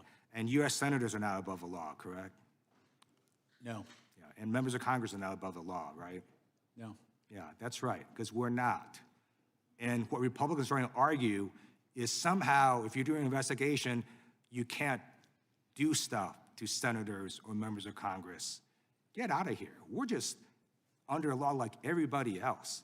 And by the way, the speech and debate clause only applies to legislative acts, communications with legislative acts. Stealing a frickin' election and trying to do so is not a legislative act. It is a crime. So I don't know what the heck they're talking about. And this is so stupid. I'm a former prosecutor. You never in an investigation go and try to get someone's toll records or phone records and then tell them, hey, dude, we're about to get your phone records. Of course you wouldn't tell them. What the Republicans are saying today is just idiotic. I am so pleased you're here on national TV telling the American people that Trump was indicted. He was indicted lawfully, and multiple grand juries secured those indictments. Thank you for your service, and history will look upon you well. I yield back. Gentlelady from Florida is recognized for 5 minutes. Mr. Smith, you have a long tenure at the Department of Justice. Would you agree with the statement that DOJ charging policies require prosecutors to bring charges only where the admissible evidence is expected to be sufficient to obtain and sustain a conviction? Is that right? That is correct. That's from the federal principles of prosecution. And in this case you brought against President Trump, one of the charges you pursued was under Title 18, Section 371, which requires an agreement to interfere with the lawful function of the United States through deceit or dishonesty that the defendant knowingly and intentionally joined, and an overt act. And what I'd like to ask you about is this. So you would agree that Section 371 requires dishonesty or deceit and also proof that a criminal defendant acted knowingly and intentionally. Is that right? I believe that's correct. It requires knowing deceit targeted a lawful government function. So you would then also agree, would you not, that opinion, disagreement, or even mistake is insufficient to satisfy the burden of criminal intent set forth in that statute? A mistake certainly would. We needed to prove and intended to prove at trial that the false statements that Donald Trump made were knowingly false. That they were false and that it was done knowingly. So even under your theory of the case, even if we took your facts as true, you still would have been required to prove that the president said something false and that he or did it knowingly. So going on to your next charge, let's talk about obstruction. There too, that charge requires proof of wrongful intent, does it not? That's correct. So if a defendant there actually believes a factual claim is true, that would mean he could not be convicted of that charge. Isn't that right? Well, Not correctly convicted. The defendant for that charge would have to behave corruptly, and corruptly could include seeking an unlawful benefit, seeking a benefit to benefit themselves, in this case, to stay in office when they had in fact not won the election. But there too, there's a requirement of intent, that this conduct must be knowing and intentional, isn't that right? There is an intent requirement, yes. And corrupt didn't you intent. also acknowledge in your deposition that the president was receiving information from multiple advisors? Giuliani, Eastman, Clark, Powell, and in your deposition you said he was almost just regurgitating what they told him. Isn't that right? I don't believe I said he was regurgitating what they told him. I think what I said is that he was making knowingly false claims, that he was believing anything that would keep him in office, and he was rejecting anything. You would agree that those people, or some people, were giving the president conflicting advice at that time, would you not? You're correct in that his original campaign staff told him he had lost. He fired them and brought in people who would... But criminal liability, under the statutes you used in your indictment, requires proving intent, not simply the undermining of democratic norms or expressing an opinion with which you do not agree. So is it not correct, sir, that here you charged 2 intent-based crimes without any direct proof whatsoever that the conduct charged was knowing, intentional, or that you were going to have an adequate basis to sustain a conviction at trial? I felt we had proof beyond a reasonable doubt. I felt that that proof included direct testimony from a number of witnesses to prove the knowing falsity of his claims. Despite the fact that in your own deposition you acknowledge the existence of conflicting advice. If this defendant were anyone other than Donald J. Trump, Mr. Smith, I find it hard to believe that we would be sitting here today having a hearing about an indictment that was returned knowing that the elements of the offenses could not be demonstrated. Now, let's talk about this. I assume you're also familiar with the Department of Justice policy that prohibits prosecutors from selecting the timing of investigative or prosecutorial actions for the purpose of affecting any election. Yes, I am. That's the election year sensitivities policy, and we followed it in all respects. The public integrity section who administers that policy concurred that we followed it in all respects. Mr. Chairman, my time has expired. The gentlelady yields back. The chair recognizes the ranking member for UC. Thank you kindly, Mr. Chairman. This is from John Dowd. I was Donald Trump's lawyer. Jack Smith should be celebrated, not vilified. December 16th, 2025, last month. Without objection. I ask unanimous consent to enter the record a criminal complaint filed by the Trump Department of Justice on December 13, 2025, detailing how Kash Patel and the FBI used a confidential human source and an undercover FBI agent to investigate a bomb threat in Los Angeles. And then finally, this is an article published by The Verge on October 19, 2023, titled Peter Thiel was reportedly an FBI informant, which reports that Peter Thiel served as a confidential human source for the FBI. Without objection, the gentleman from Arizona is recognized for unanimous consent. Thank you, Mr. Chairman. First one is from MSN.com. Biden's FBI paid anti-Trump sedition hunters as informants in J6 Arctic frost probes. Without objection. Jack Smith team approved $20,000 payment to informant to snitch on Trump during Arctic frost probe. Without objection. AT&T turned Kevin McCarthy's cell phone records over to Jack Smith. Without objection. Biden's legal team met with Jack Smith aide before Trump indictment. Without objection. Jack Smith deposition gives insight into failed effort to hold Trump accountable. Without objection. Trump special counsel Jack Smith was involved in Lois Lerner IRS scandal. Without objection. Special counsel Jack Smith's mixed history pursuing high-profile politicians. Without objection. And FBI resisted opening probe into Trump's role on January 6th. Without objection, the gentleman from North Carolina is recognized for 5 minutes. Thank you, Mr. Chairman. Oh. I think it's our turn. Do you yield your time? Lost track after all those unanimous consent requests. Gentlelady from Washington is recognized, and then the gentleman from North Carolina. Thank you, Mr. Chairman. Mr. Smith, thank you for coming here today. Your willingness to speak directly to us and to the American people about your investigation is professional, it's courageous, and it's patriotic. It's high time that the American people hear directly from you about the results of your investigation of President Donald Trump for his criminal actions leading up to and the day of January 6th, 2021. The facts, according to your report, are simple. Without a single piece of evidence, Trump sowed doubt about the 2020 election results and urged his followers to, quote, walk down to the Capitol and fight like hell on January 6th. And that's exactly what they did. Thousands of insurrectionists violently tried to stop Congress from certifying the 2020 election and doing our duty, and they assaulted law enforcement officers, some of whom are sitting right here in the chamber with us. I was trapped in the House gallery with a small number of members that day, and I will never forget the pounding on the doors and the insurrectionists threatening to kill us right outside.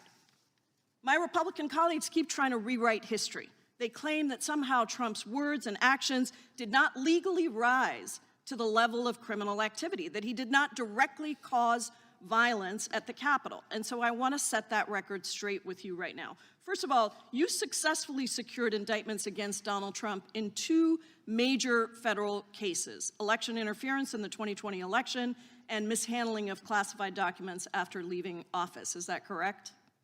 Yes. And you've been a federal prosecutor for nearly 30 years. You led this investigation, combing through hundreds of thousands of documents, photos, videos, and communication. Did your investigation find that Donald Trump attempted to manufacture fraudulent slates of presidential electors in 7 states that he lost? Yes. Did he pressure state officials to ignore true vote counts in those states? Yes. Did he spread lies and conspiracies to his followers to make them believe that the election had been illegally rigged against him? Yes. Did he pressure DOJ officials to stop the certification of the election? He did. Did he pressure his own vice president, Mike Pence, to stop the certification against the oath of office that he had sworn to the Constitution? He did. And when all of this didn't work, did he, Donald Trump, motivate and inspire an angry mob to the U.S. Capitol to stop the certification?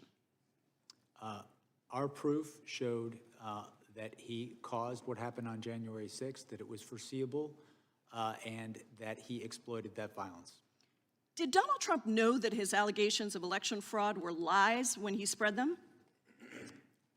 Our proof was that he did, and we intended to prove that at trial.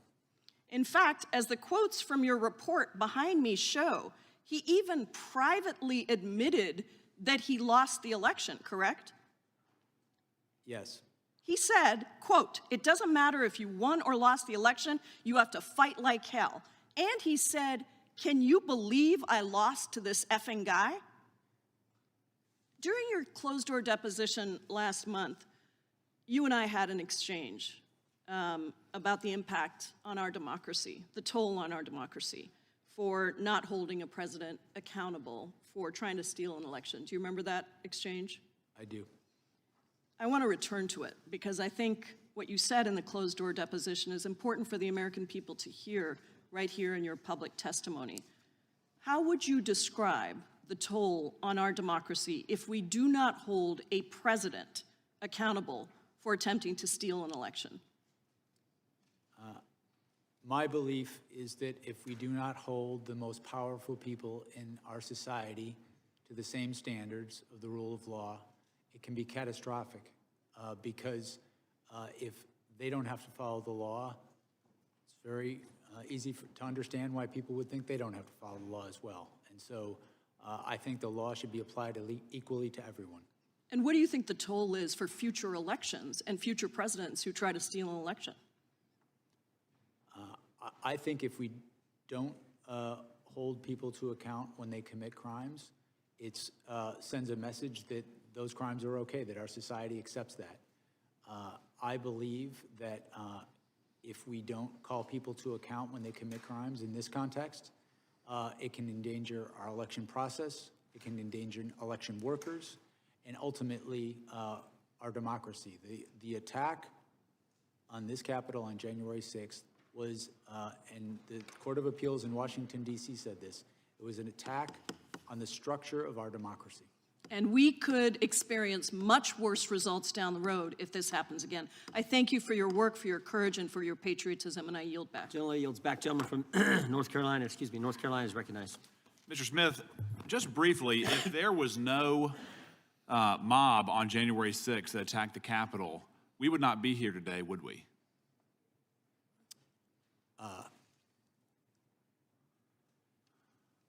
I can't speak to hypotheticals.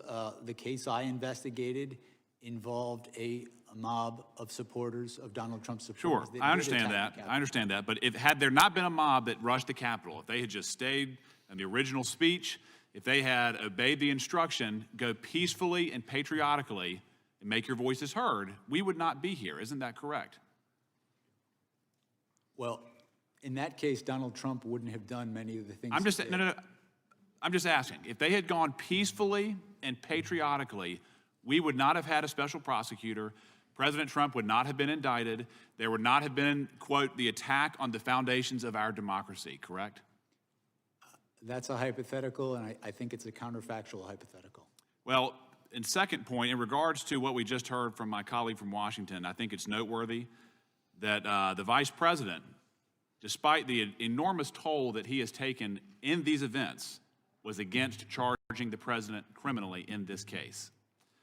But in regards to my own experience, Mr. Smith, I've charged many conspiracies. There's obviously a lot of benefit to that charge. It's a useful tool for fact-finding, scrutinizing evidence, figuring out exactly what happened, trying to form charges, trying to prove charges, trying to solidify the evidence. And in your case, sir, you've detailed, number one, the unprecedented criminal scheme, your words, not mine. In the press conference, you said there was an unprecedented assault on the seat of American democracy. Do you remember saying that? I believe so, yes. And in regards to your investigative authority, it was quite broad. We've already established that you had millions of dollars at your disposal. You had teams of lawyers. You had total subpoena power. You used campaign officials as witnesses. You subpoenaed millions of documents. You had civilian witnesses. You had political leaders. You had campaign officials that work with the president, folks who were in the room. And after all of this, sir, you charged a conspiracy, and notably absent, there was no insurrection charged. There was no seditious conspiracy charged. And there was only one defendant, correct? Donald Trump. That is correct. Despite 6 co-conspirators identified in the indictment, only one person was charged. Is that correct? Yes. Despite there being an unprecedented criminal scheme, you did not find it necessary to charge anybody else who was admittedly, by your own evidence, involved in a criminal conspiracy that amounted to an unprecedented assault on the seat of American democracy. Yes. At the time of the conclusion of our work, my lawyers had determined, had believed that we did have proof to charge other people. I was in the process of making that determination when our work was concluded. But you are correct that the only person charged in this case was Donald Trump, who, in my estimation, was the person most culpable for the crimes charged. Well, I understand your position, sir, but again, you started at the very top and only charged the top conspirator, in your opinion. You didn't charge anybody underneath him, correct? Correct. Despite that charge requirement, you would agree that a criminal conspiracy federally is a criminal agreement, correct? Yes. So by extension, people, under your theory, people besides the president were involved in the unprecedented assault on American democracy, but you didn't find it necessary to charge them criminally. I had not yet charged anyone besides the president. You didn't. You decided not to charge anybody but Donald Trump in that indictment. Consistent with the federal principles of prosecution, which emphasize the degree of someone's culpability in making a charging decision, Donald Trump is the person that was charged. I understand that. I understand your position, but you made the decision to charge one person and nobody else, correct? I made the decision to make the charges in this case. In regards to the way that the case handled from there, sir, I just want to get this on the record. In regards to your press conference, politics played no role, correct? That is correct. The charges you brought, politics played no role, correct? Correct. The expedited trial date played no role, politics played no role, correct? I followed the facts and the law, department policy. The speedy trial request, there was no role in politics, correct? That's correct. Supreme Court precedent emphasizes that. And even your brief that the court found atypical, politics played no role. Mr. Chairman, the time's expired. Time the gentleman's expired. The gentlelady from Pennsylvania is recognized. Thank you, Mr. Chairman. Thank you, Mr. Smith, for being here today. I believe it's important for the American people to finally hear from you directly about your investigations that you and your office conducted with integrity, following the facts and the law without fear or favor, as is department policy. And as people do hear from you, I think they're going to better understand why the White House and congressional Republicans are trying to rewrite history and seeking to discredit you in your investigation so that they can help the president avoid accountability for his crimes against the American people. So I'd like to move on from some of these baseless conspiracy theories we've been hearing and focus on your actual work as special counsel. In volume 1 of your report, you concluded that when it became clear that Mr. Trump had lost the election and that lawful means of challenging the election results had failed, he resorted to a series of criminal efforts to retain power. Chief among those criminal efforts was Mr. Trump's dissemination of demonstrably and often obviously false claims of election fraud in key states, claims that Donald Trump himself knew weren't true. In order to pressure officials to ignore vote tallies and submit fraudulent certificates of fake electors to Congress, he repeated these false claims and ultimately used them to direct an angry mob to attack the Capitol. So I represent southeastern Pennsylvania, which was one of the states targeted by Mr. Trump's criminal efforts. So being mindful of the clock, I wanted to try to explore 3 topics. First, the evidence that Trump made false claims of election fraud in Pennsylvania, knowing they were false. Second, the evidence concerning the submission of fake elector certificates from Pennsylvania to Congress. And third, why the evidence and witnesses concerning Trump's efforts in Pennsylvania were so compelling. So first up, in your report and deposition, you detailed the overwhelming evidence that Trump had lost Pennsylvania, and he knew it. Despite this, he and his co-conspirators continued to make false statements about that result to advance their criminal plan. Can you describe the evidence that these were false claims and they knew they were false, including statements by election officials, court cases, and conversations between Trump and his Republican allies in the state? Sure. What springs to mind most immediately is I recall one particular claim that there were more votes than ballots than had been sent out. This was a claim that was obviously false because many even in the campaign knew that the reason for that discrepancy is we were talking about 2 different elections. One was the primary and one was the general election. My team interviewed Rudy Giuliani regarding that claim, and he admitted it was wrong. He admitted flat out that that was a mistake. And so that's one of several. With respect to witnesses in Pennsylvania, what springs to mind is the chair of the Republican Party, I believe, in Pennsylvania. This is relatively early, shortly after the election, had informed Donald Trump that the idea that fraud was the reason was not accurate. It was because of the counting of mail-in ballots, which was totally normal in this process. And again, this is someone who is a Republican who supported Donald Trump, wanted him to win. I submit he would have been a credible witness at trial. And I mean, a second part of this, in addition to making false claims about election results that they knew were false, and your deposition and report go into this in some detail, there was also this fraudulent elector plan where Trump and his co-conspirators solicited folks who had been planning to be Trump electors if he won and asking them to submit fake certificates to Congress. And I think what you found was pretty remarkable, including a former congressman who told the co-conspirators that this was illegal and it was an attempt to overturn the government. Is that right? That's correct. That particular elector who was signed up to be a legitimate elector had Donald Trump in fact won the election was a former U.S. attorney and former member of this Congress.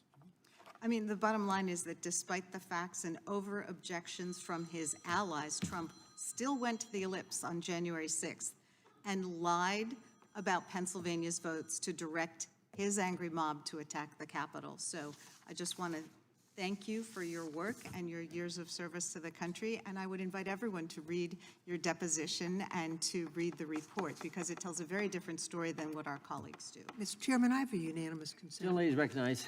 Mr. Chairman, I ask unanimous consent to enter into a record a speech by former Vice President Pence published on C-SPAN in June of 23, in which he calls the president's comments on January 6th reckless. President Trump was wrong then, he's wrong now. Anyone who puts themselves over the Constitution should never be president, and anyone who asks someone else to put them over the Constitution should never be president. Without objection. And The gentleman from Virginia is recognized for 5 minutes. Thank you, Mr. Chairman. Mr. Smith, you've said several times in your deposition that you believe that the facts and the law, your interpretation of the law, would lead to a conviction of President Trump. Is that correct? Yes. And did you believe that same thing, that your interpretation of the law, your reading of the law, would have resulted in the conviction when you went after Virginia Governor Bob McDonnell back in 2014? Did you believe it at the time? I did believe, and ultimately you got a conviction in lower court, but that was overturned by the Supreme Court, correct? yes, the Supreme Court changed the law on what constituted an official act. And Actually, as a that's result, incorrect. that conviction was overturned. That's incorrect. They applied the law, and they said in their ruling, our concern is not with tawdry tales of Ferraris, Rolexes, and ball gowns. It's instead with the broader legal implications of the government's boundless interpretation of the federal bribery statute. A more limited interpretation of the term official act leaves ample room for prosecuting corruption while comporting with the text of the statute and the precedent of this court. They accused you of using a boundless interpretation of the federal bribery statutes. Now, did you believe when you went after John Edwards that your interpretation of the facts and the law were correct and that you would convict John Edwards of corruption? Yes. But in fact, that case resulted in a jury deadlock on 5 charges and acquittal on another charge. Is that correct? That is my recollection. That's correct. Let's move on to the court's interpretation of your gag order requests. Mr. Smith, America was founded on the principle that the government doesn't silence political speech, in particular speech before it happens. You sought a prior restraint against President Trump without a single violation of pretrial release. In fact, there was no real-world harm that you could articulate justified giving the federal government the power to silence him as a presidential candidate, was there? The court granted those motions and found that the prosecutor did not have to wait until someone was harmed to make such a motion. Actually, the request was rejected when the case was actually, when you actually were not able to, it was restricted, correct? The gag order was restricted, correct? Well, we filed for an order in the district court. The district court granted an order. President Trump appealed that order. The Court of Appeals absolutely agreed that there was a basis and that the threats to witnesses that came from the targeting by Donald Trump were real and that we had a duty to protect them. You are correct in that the Court of Appeals narrowed the order, so the order covered witnesses, court staff, the judge, and my staff. The difference was that it didn't cover me anymore, which I was fine with. Did you have any evidence that President Trump's statements about the cases against him intimidated witnesses or prevented them from coming forward? I had evidence that he said, if you come after me, I'm coming after you. He suggested a witness should be put to death. The courts found that those sort of statements not only deter witnesses who've come forward, they deter witnesses who've yet to come forward. But you weren't able to identify a single witness who didn't come forward because they were intimidated by President Trump.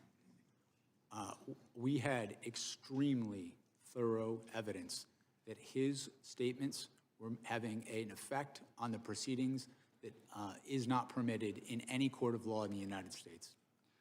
Don't you think it's a pretty low bar to clear if you're trying to silence a candidate for president? I mean, if you can't identify a single witness who's intimidated, that maybe you should reconsider the gag order? Both courts upheld the orders, and it is not incumbent on a prosecutor to wait until someone gets killed before they move for an order to protect the proceedings. Did anyone on your team raise concerns that this expansive gag order you were seeking would infringe on President Trump's First Amendment rights? My recollection is that we, of course, discussed First Amendment issues regarding this application because I and my staff respect the First Amendment, but the First Amendment does not allow one to make statements that interfere with the administration of justice in a judicial proceeding. My interpretation was supported and agreed upon by the district court and the Court of Appeals in terms of the phenomena of the statements being made, targeting individuals, causing threats to happen to them. I would also add, sir, that in the days after Donald Trump made some of these statements, the district court, in this case, received vile threats to the district court's life. In that environment, I felt a duty as a prosecutor to make that motion, and I make no apologies. And the court stayed that motion on August 3rd, 2024. I yield back. Gentleman yields back. I should have mentioned this a little bit earlier. Mr. Smith, if ever you need a break, if you need a restroom break, you or your counsel can just let us know. I think it's now the gentleman from Colorado gets 5 minutes. Mr. Smith, Can they? Yep. Can we take a short break? 5-10 minute recess, then we'll be right back at it.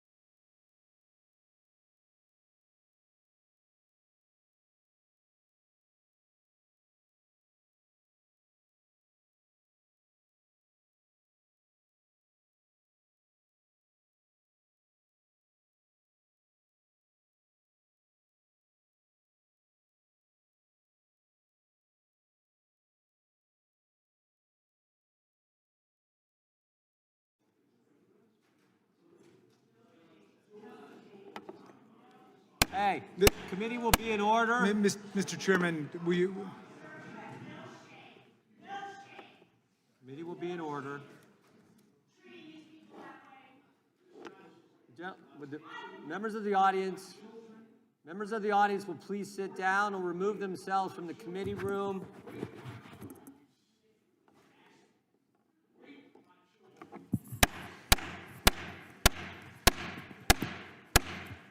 Sit down, please.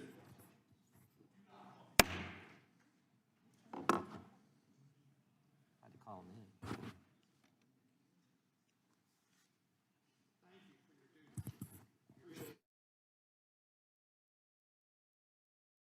Thank you, Officer Fanone. Mr. Chairman, please control the deranged observer, Mr. Rakeland, so he doesn't create any other problems with us today.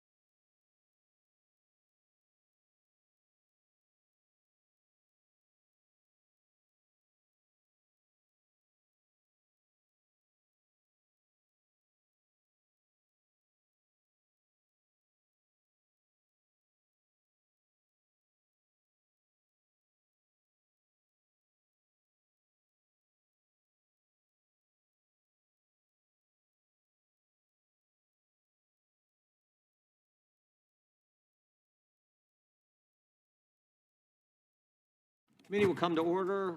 Mr. Chairman. Witness will go ahead and take the stand. We want to make sure the Capitol Police remains in the room, just in case we have any other concerns. General Lady from Washington is recognized. Thank you, Mr. Chairman. I have a unanimous consent request. General Lady is recognized. This is an order of the D.C. Circuit dated December 8th, 2023, in which the court recognizes that Donald Trump's statements about the judge and his case have led to threats against the judge, where callers labeled the judge and clerk, quote, Nazis, dirty Jews, and child molesters, and represent, quote, Mr. Trump's documented pattern of speech and its demonstrated real-time, real-world consequences pose a significant and imminent threat to the functioning of the criminal trial process in this case. Without objection. A lot. And the gentleman from Colorado is recognized for 5 minutes. Thank you. Mr. Smith, thank you for being here. Thank you for your service to our country. My colleague from Virginia, who's a Republican colleague who was questioning you right before the break, do you know what he said in the days after January 6th? Let me share this with you. This is a quote of his from a press release on January 8th. Congress stands united in our rejection of the violence that occurred this week, and I'll continue to urge the swift prosecution of those involved to the fullest extent of the law. Mr. Smith, this is theater. Republicans are trying to rewrite history. That's what this is. Many of them were with us in the House chamber on January 6th. I remember it well. The chairman was there, as was I. There's been a lot of discussion about witnesses today. Perhaps the chairman could muster the courage to call the 4 witnesses who I see, the American public may not see, I see standing behind you, Mr. Smith, the 4 police officers who risked everything, life and limb, to do what? To protect the Republican members on the dais. It's an outrage that they now sit here and have the audacity to try to rewrite history in front of the very officers who sacrificed everything to protect them. Mr. Smith, you're of course aware that President Trump was impeached for his conduct connected to January 6th, right? Correct. Do you know how many members of Congress voted to impeach him? I don't recall. 232. Do you know how many Republican members of Congress voted to impeach him? I don't recall. 10 Republican members of Congress voted to impeach him for his conduct related to January 6th, including at the time the sitting Republican chairwoman of their conference. There was a trial in the United States Senate. Senators sat as jurors. I remember it well because I was one of the prosecutors who prosecuted that case. Do you know how many senators voted to convict President Trump of high crimes and misdemeanors during that trial, Mr. Smith? I don't recall. 57 senators. Do you know how many Republicans voted to convict him? I don't recall. 7 Republican United States senators voted to convict President Trump of high crimes and misdemeanors. It was the most bipartisan vote for conviction of a president in the history of the republic. So they can engage in as much histrionics as they want to try to rewrite history, but facts are facts. They talk about weaponization. They accuse you of weaponization of the justice system. While the Federal Reserve Board chairman rings the alarm about political retaliation by this Department of Justice. Mr. Smith, I don't know if you're aware of this. I don't know if your counsel has made you aware that President Trump is live tweeting, I guess you call it truth socialing, as we speak. Are you aware of this, about this hearing? No. Let me read to you what he posted an hour and a half ago. Deranged Jack Smith is being decimated before Congress. It was over when they discussed his past failures and unfair prosecutions. He destroyed many lives under the guise of legitimacy. Jack Smith is a deranged animal who shouldn't be allowed to practice law. If you're a Republican, his license would be taken away from him, and far worse. Hopefully the Attorney General is looking at what he's done. We have a word for this. It's called weaponization. It's called corruption. Mr. Smith, if you care to respond, I'll give you an opportunity, but I will simply say we are grateful for your service to this country. We appreciate your fidelity to the rule of law, and I would echo the comments that have been made by my Democratic colleagues to ignore the noise that you hear from so many of my colleagues who would debase themselves in this way.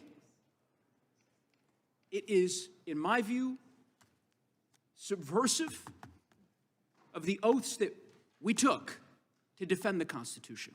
I'm happy to give you an opportunity, Mr. Smith, if you'd like to respond. I don't have anything to add. Thank you for your service. I yield back. Gentleman yields back. The gentleman from Wisconsin is recognized. Thank you, Mr. Chairman. In 2010, Mr. Smith, did you work for the President Obama's Department of Justice? Yes, in 2010, I was the chief of the public integrity section. During that time, did you have any contact or connection with Lois Lerner with the Obama IRS? Yes, I was new to the public integrity section. I was the chief. I was trying to learn about issues I had not been at. Did you attempt to work with Lois Lerner and the IRS to investigate nonprofits? What I did was I asked for a meeting with the IRS about nonprofits. So the simple answer is yes. Well, correct. I didn't ask to work with Ms. Lerner. They sent Ms. Lerner. That's the person who came to this meeting. I met her once. And they went after Second Amendment groups, correct? If you remember correctly, that's what was the offshoot of it, that Second Amendment groups that tried to gain nonprofit status, they were slow-rolled through the IRS. Do you recall that? Separate from this, there was an investigation of that that I was a part of in public integrity. Did you, you prosecuted Virginia Governor Bob McDonnell, this was asked earlier. You prosecuted him, correct? I was part of the prosecution, yes. There was, And that ended up with a, that decision ended up being unanimously overturned by the Supreme Court, correct? that is correct, sir. Yeah, including Justice Ginsburg joined in on that opinion, correct? I believe that's correct. Yeah. You also prosecuted John Edwards and Bob Menendez, and those both ended in mistrials, is that right? The John Edwards case did. The Menendez case, I had left the public integrity section by the time that case was tried. I wasn't. So, Mr. Chairman, what we heard from the other side here is that this gentleman is the gold standard for prosecution here in the United States. So think about it. We had a witch hunt done by the IRS going after Second Amendment groups, unanimously overturned by the Supreme Court, prosecuted two prominent political figures, and they ended up as mistrials. That's the gold standard here in America? I would just say this, Mr. Chairman. If Mr. Smith ever works for the Department of Justice again, I would recommend a remedial course on the First Amendment to the Constitution. Before I yield the rest of my time, Mr. Smith, I just have one other question. Is there any historical precedent for an alternate slate of electors to be sent to Congress? Has that ever happened before? That had happened, not anything similar to this situation, but you're correct, it was in Hawaii. I think it was Hawaii in, I want to say the 1960 election. So it has happened before that there was an alternate slate of electors that was sent to Congress, which does the electoral count, correct? There was a prior time that an electoral slate was sent where there was litigation and recounts going on. Actually, there's twice that it happened, Mr. Chairman. It happened in 1876 and 1960 that these alternate electors happened. I'd like to ask unanimous consent to introduce the 1960 Hawaii case. Objection. Here. With that, I yield to the chairman. I appreciate the gentleman yielding. The gentleman from Colorado talked about noise from this side. It's not noise, it's facts. The fact is, you approved a $20,000 payment to a confidential human source, and I think you said earlier the reason this individual or entity or person was paid was to review photo and video evidence. Why'd they have to be confidential? Why didn't you just contract with them? My understanding is that this person was a confidential human source with the FBI. I do not know why they were confidential, but it would make sense to me, given that this person was assisting. Well, confidential just raises the question of what were you trying to hide? Why not tell us? We know you hid the fact that you were getting phone records from members of Congress. We want to know why this payment had to be hidden. Why couldn't you just contract? Which would be the customary normal way, I think, of doing it. I did not make the determination that this source would be confidential, but given that this person was working on an investigation involving attacks on the Capitol, and given the violence in that, it makes complete sense to me that the Bureau would You know want of a any of the other civilian special counsels who approved payments to, like, I don't remember Robert Mueller approving payments to confidential human sources. I don't remember Durham. I don't remember her. We brought all those guys in front of the committee. It's the first time I've ever heard of a special counsel having to pay secret money to someone to get information when you had the broadest subpoena power you could possibly have. You aware of any of the other special counsels who had to do this? I am not aware whether confidential sources were or were not used in those That's investigations. because I don't think they were. I don't think they were. I'm not aware one way or the other. I can say that the use of confidential human sources is a standard thing done by the Federal Bureau of Investigations. The time of the gentleman from Wisconsin has expired. I now yield to the gentlelady from Georgia for 5 minutes, Ms. McBath. Thank you, Chairman. And Mr. Smith, thank you for appearing today to speak publicly about the major issues that you handled as special counsel.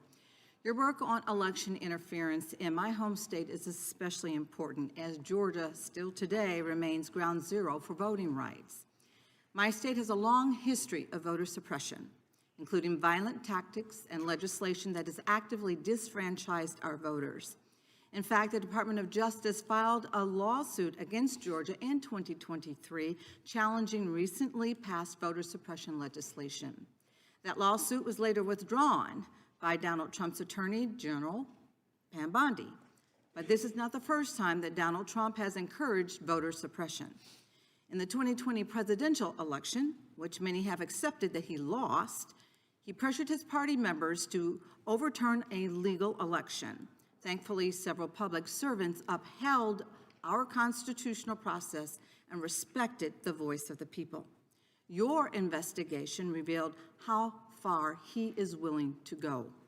In your final report, you wrote that, and I'm quoting, "The through line of all Mr. Trump's criminal efforts was deceit, knowingly false claims of fraud."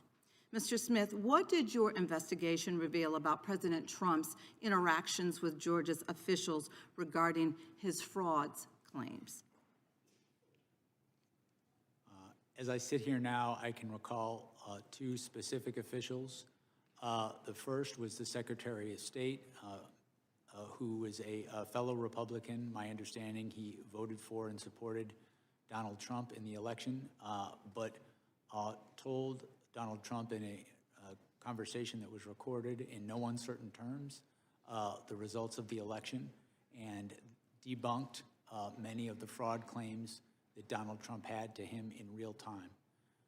In addition to that, I recall that Donald Trump also spoke firsthand with the Attorney General of your state, also a Republican, who informed Donald Trump that he had supported him and voted for him twice in the past. He also told Donald Trump he did not see outcome-determinative fraud in that state. I have an audio from a phone call between Trump and the Georgia Secretary of State regarding the 2020 election. Could you please play the audio? Are angry. The people of the country are angry, and there's nothing wrong with saying that, that you've recalculated. Well, Mr. President, the challenge that you have is the data you have is wrong. So, look, all I want to do is this. I just want to find 11,780 votes, which is one more than we have, because we won the state. Mr. Smith, you explained in your deposition that Georgia Secretary of State was one of the witnesses who disabused President Trump's false claims. How did Georgia Secretary of State push back against Trump's efforts? I think my recollection is in this same call, President Trump repeatedly raised fraud claims, and the Secretary of State repeatedly explained not only that they weren't true, but I believe my recollection is in several instances explained why they weren't true. And I believe that call ended, my recollection is that it ended with President Trump, in essence, threatening the Secretary of State that he might be a target for criminal prosecution if he didn't do what President Trump wanted him to do. So see, that raises a very critical point. President Trump didn't just spread lies about the election. In your words, and I'm quoting, he preyed on, end quote, Republican officials in Georgia and other states who believed would help him. Mr. Smith, Donald Trump thought these officials would break the law out of party loyalty. And when those officials, his own political allies, told him the truth, he dismissed them and continued to spread the lies anyway. Is that correct? That is correct. Mr. Smith, if your case had gone to trial, would the evidence from Georgia have helped prove that President Trump knowingly engaged in a criminal scheme to overturn the 2020 election? Yes. After an investigation following the facts and the law, we believed we had proof beyond a reasonable doubt to prove those charges. And in your deposition, you mentioned a fake elector witness in Georgia who you thought would have been a very powerful witness at trial. Can you tell us a little bit more about that in a very limited amount of time? Sure. It was a witness who had been made to understand that his electoral vote, his alternative electoral vote, would only be used if they won in court, if they won in litigation. That didn't happen, and President Trump and his co-conspirators tried to use those alternative fake elector certificates to get Mike Pence. Mr. Chairman, regular order. Himself. Okay, well, Mr. Smith, thank you so much for the work that you and your team of career prosecutors have put forth in uncovering this evidence. The American people need to know what happened, and they need to know how their president pressured Georgia state Time of the officials gentlelady is to expired. overturn their free Gentleman and fair from elections. And I Alabama yield. has a unanimous consent request. Thank you, Mr. Speaker. December 6, 2025, Atlanta News First. Fulton County admits to verifying 315,000 votes in the 2020 without poll worker signatures. I yield back. Without objection, the chair now recognizes for 5 minutes the gentleman from Arizona. Thank you, Mr. Chairman. Mr. Smith, isn't it true that for a federal criminal conspiracy charge, it requires more than one individual? In other words, you're making a contractual agreement of some kind with somebody other than yourself, right? That is correct. There has to be an agreement.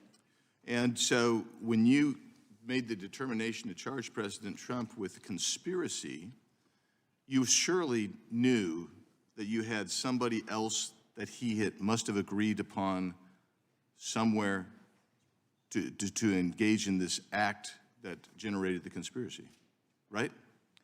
That's correct. We alleged specific individuals in the indictment as co-conspirators. And so you knew who you were going to do who you were going to charge when you pursued the indictment. You knew who the agreeing parties were, but you chose to list them as co-conspirators, but you didn't indict them. How often have you done that in the past? In the past, I have had a number of cases where I have charged some members of a conspiracy and not charged others. One member of the conspiracy. How many times have you done that? Charged one member of the conspiracy and let everybody else off the hook? I'm sure that's happened. That is not an You don't remember doing that? That is not an uncommon thing to do in an investigation, in my view. So okay. I dispute that, but we're going to leave that as it may. But let's just get to this. If a member of Congress moves to decertify a state's electors, that would not be a crime, would it? When you say to decertify, You make a motion to decertify on that January 6th, that way every 4 years. That's not a crime, right? correct. And if another elected official urged someone to join them in that decertification, that's not a crime either, right? As you stated, it's not. Several members of Congress get together over breakfast. They say, this is the normal path. We watched it because we saw the Democrats do it for every Republican president. So we're not sure how to do it. We've never done it before. That's not a crime to sit down at breakfast to talk about that or any other time together to talk about decertification, is it? No, it's not a crime to talk about that over breakfast. In your deposition, you talked about, you made the argument that an elected official who's been deemed to have lost could not knowingly make false statements about election fraud to target a lawful government operation. Isn't that true? That's what you said in your deposition, page 27. I believe it's a lawful government function. Yeah, I'm sorry, yeah, lawful government function, that's what you said. You remember saying that? I said lawful government function. Could you read back what you said again? I'm sorry. Yeah. An elected official has been deemed to have lost could not knowingly make false statements about election fraud to target a lawful government function. You said that would be illegal. Remember that page? Do you want me to actually read this back? Surely you remember that position. That's your I'm position. not denying it, and I apologize. I'm just trying to listen to you closely. Okay, let's just go right from this. You said there's, as we said in the indictment, he was free to say that he thought he won the election, right? That is correct. He was even free to say falsely that he won the election, correct? That's correct. What you said is he was not free to do was violate federal law and use knowingly false statements about election fraud to target a lawful government function. That is correct. Yeah, and for you, that lawful government function is the certification process, I suppose, on January 6th. Well, it's a slightly broader than that. It's the collecting, counting, and certifying of the votes. Our view of the evidence is that begins from the point of time that the electors are certified through the counting of the votes. So that would be. So the entire certification process from the state to the feds. My recollection, as it's pled in the indictment, as I sit here, I don't have it in front of me, but I believe it's from December 14th. I think that was the day through the voting. Okay, so you can't recall, but for you, it's from the certification moving forward to the actual ratification of the certification process on inaugural day. My recollection, that's what we pled in the indictment, yes. Okay. So you've managed to filibuster us right out of this thing, but your beef was, you said that President Trump engendered a level of distrust. You said he made false statements to state legislators, to his supporters of all sorts, and somehow you discerned that his supporters were angry and that was somehow related to a criminal offense. I find that absolutely weak. I think it's misdirected, and Time of the gentleman's expired. Gentleman yields back. Mr. Chair, I ask unanimous consent to enter into the record. Axios dated August 2nd, 2023. Barr says Trump's First Amendment argument in January 6th case is not valid. Objection? Did you have one? Okay. Gentlelady from North Carolina is recognized. Thank you, Mr. Chairman. Mr. Smith, many of us were here on January 6th and directly experienced what happened. Yet some of my colleagues across the aisle still insist that Trump had no role in the violence. In videos of the raging battle against our brave Capitol Police officers, many rioters were screaming things like, "We were invited here by the president." Mr. Smith, did your investigation uncover evidence that some of the rioters had gone to the Capitol because they really believed the president had invited them there? There were, I believe there's video of rioters saying, in fact, that, and as we pled in the indictment, the knowing lies that Donald Trump put out in the weeks leading up to that led to a level of distrust, and he ultimately knew that the crowd at the Capitol, or at the Ellipse, I should say, was angry before he told them to march toward the Capitol. And we've seen report after report of rioters who have said that if Donald Trump had not convinced them that the election had been stolen, they might not have even come to Washington. I'm going to share some quotes from some of those rioters. "I believed I was following up on the instructions of former President Trump," one rioter said about going to the Capitol. "I marched to the U.S. Capitol because President Trump said to do so," another said. "He personally asked for me to come that day," said another. Can you give us a few examples of Trump's rhetoric and language that inspired people to go to the Capitol believing that they were going on the president's direct order?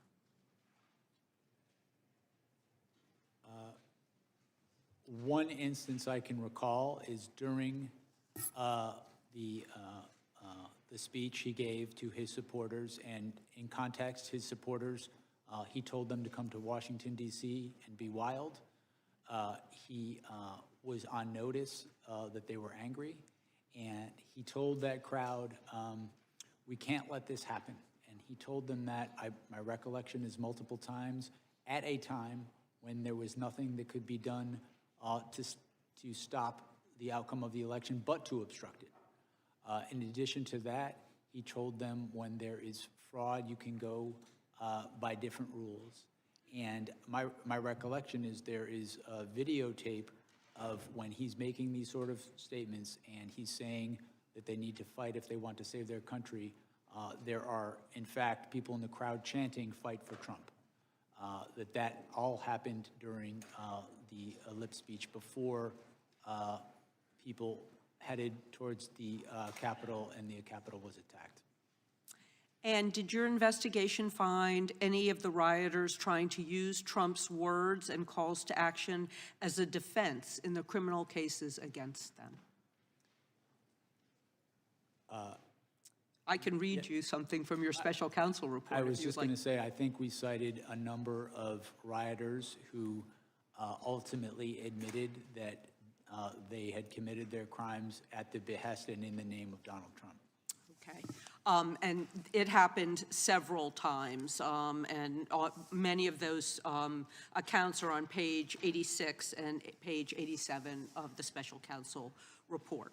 Even the lawyer for Jacob Chansley, also known as the QAnon shaman, highlighted that his words, how the words affected his client. He heard the words of the president, he believed them, he genuinely believed them, and he thought that the president was actually going to walk with them to the Capitol.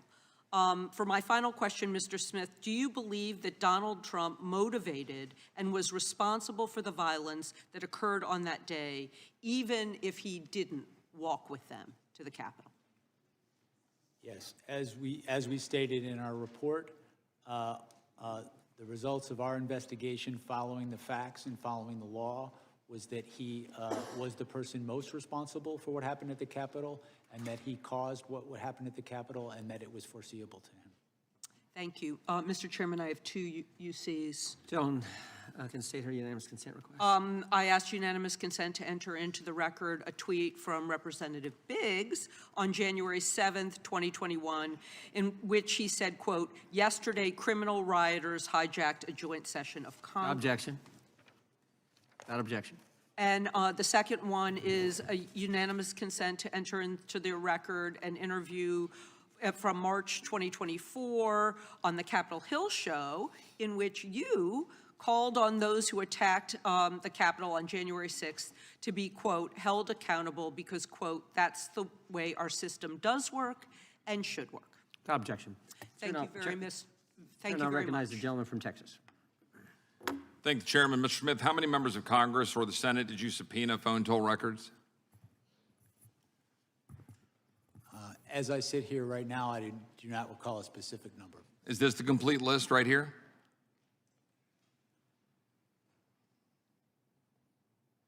Well, let me ask you this. Am I on this list? Did you target my records and subpoena my phone toll records? My understanding is your records were subpoenaed by prosecutors before I became special counsel. Well, the staff would put this up on the screen. I'm thankful for the great staff who discovered the email where I learned for the first time a few weeks ago that my phone records were indeed targeted. We called AT&T and we've learned that they were given to the Department of Justice, as this email indicates, because I had been in communication with Scott Perry, one of my colleagues here in Congress, who literally had his phone taken from him in front of his family. And of course, as we've already talked about in this document, it talks about you could be in violation of the privilege by even obtaining and possessing this information if the member objected to the disclosure. This happened 4 years ago in May of 2022, and I couldn't object because I didn't know. I didn't know until about 3 weeks ago. My question here is, was there any limits to your investigation or the investigation that preceded you, Mr. Smith? Because as egregious as a violation of separation of powers this is, as an egregious and abuse of power it is, it's far more concerning you are clearly targeting American citizens for merely being conservative or supporting the president. We've got memos that we've already been talking about in this hearing from April 2022 that preceded you that establish and open the investigations, one of which has Attorney General Merrick Garland's signature on it. And the focus was the electors. Now that was 6 months before you were appointed. You testified earlier, you met and interviewed Merrick Garland and Deputy AG Lisa Monaco. and you briefed the AG and deputy multiple times. Did you brief them on the electors and the prosecution of their supposed crimes? Did I? I'm sorry. sir. Did you brief them on the electors and their supposed crimes? I don't recall specific conversations, but I'm sure that in the course of briefing them, I discussed. Wasn't that the purpose of the entire investigation as it was set out? Because putting aside that in 1960, as we already talked about, my friend Mr. Tiffany, that Hawaii put forward an alternate slate of electors, the investigation pivoted to President Trump and, frankly, anybody who knew him. Do you know who Cleta Mitchell is? Yes, I do. She's an election lawyer that was involved in filing an election contest on behalf of President Trump in Georgia in December of 2020.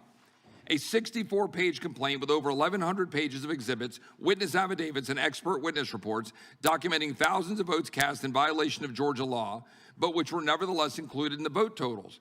Now, notwithstanding the disposition of the cases that was filed, is that a criminal act? Filing an election contest on behalf of a candidate for office, a client. Is that a criminal act, yes or no? No, in fact, we So stated. why did you deem it appropriate to monitor Cleta Mitchell's long-distance phone records in 2023, 2.5 years after the election contest was filed and after the presidential electors were certified? What about Jen Ellis? What about Sidney Powell? What about Bill Sepien? What crime did you suspect had been committed by them that would warrant monitoring their phone records 2.5 years after the 2020 election was certified?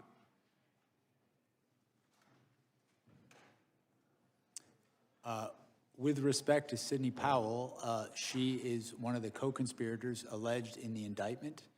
I don't know what you mean by monitoring, sir, if you're talking. Well, there were some 400 plus Republican conservative groups and leaders who were targeted by your investigation. Their financial records were obtained, records of the RNC, the Trump campaign, Cleta Mitchell, the Conservative Partnership Institute, the America First Policy Institute, NRCC, NRSC, PACs, conservative groups, people all across the country, citizens, because we hear a lot about members of Congress.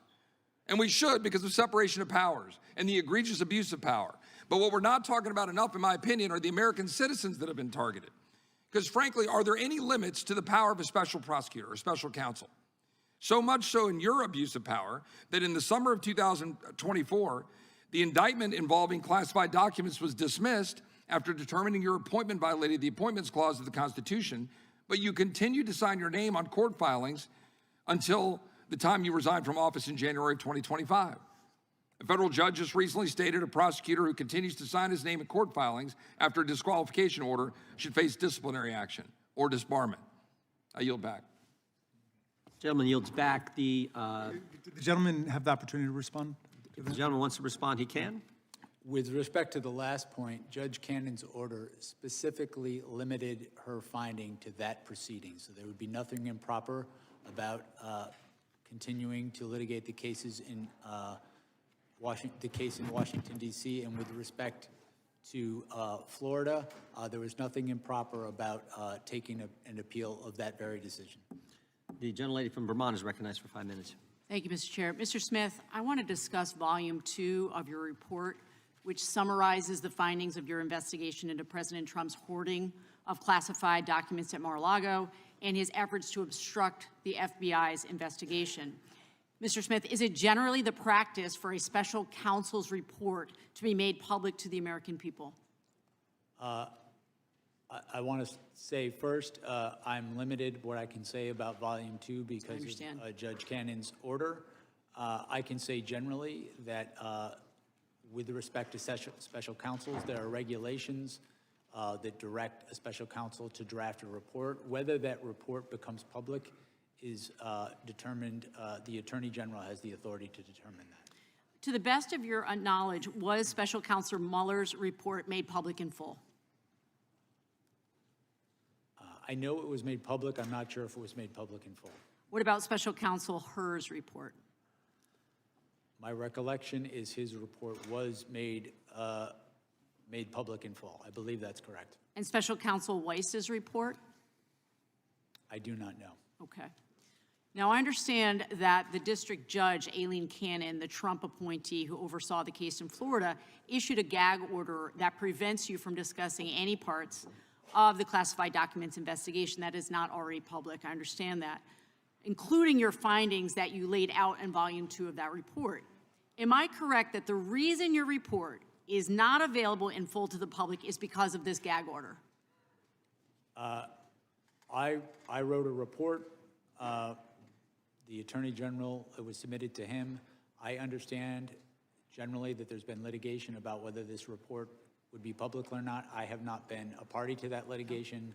I just know that there is an order, and I know the Department of Justice, the current Department of Justice, has interpreted that order in a way that I cannot speak about anything that could possibly be in that report and its findings. And when Judge Cannon issued that gag order, she cited pending cases against Trump's co-defendants. Is that correct? I'm sorry? When Judge Cannon issued the gag order, she cited pending cases against Trump's co-defendants. Is that correct? That's my recollection. Are those cases still pending?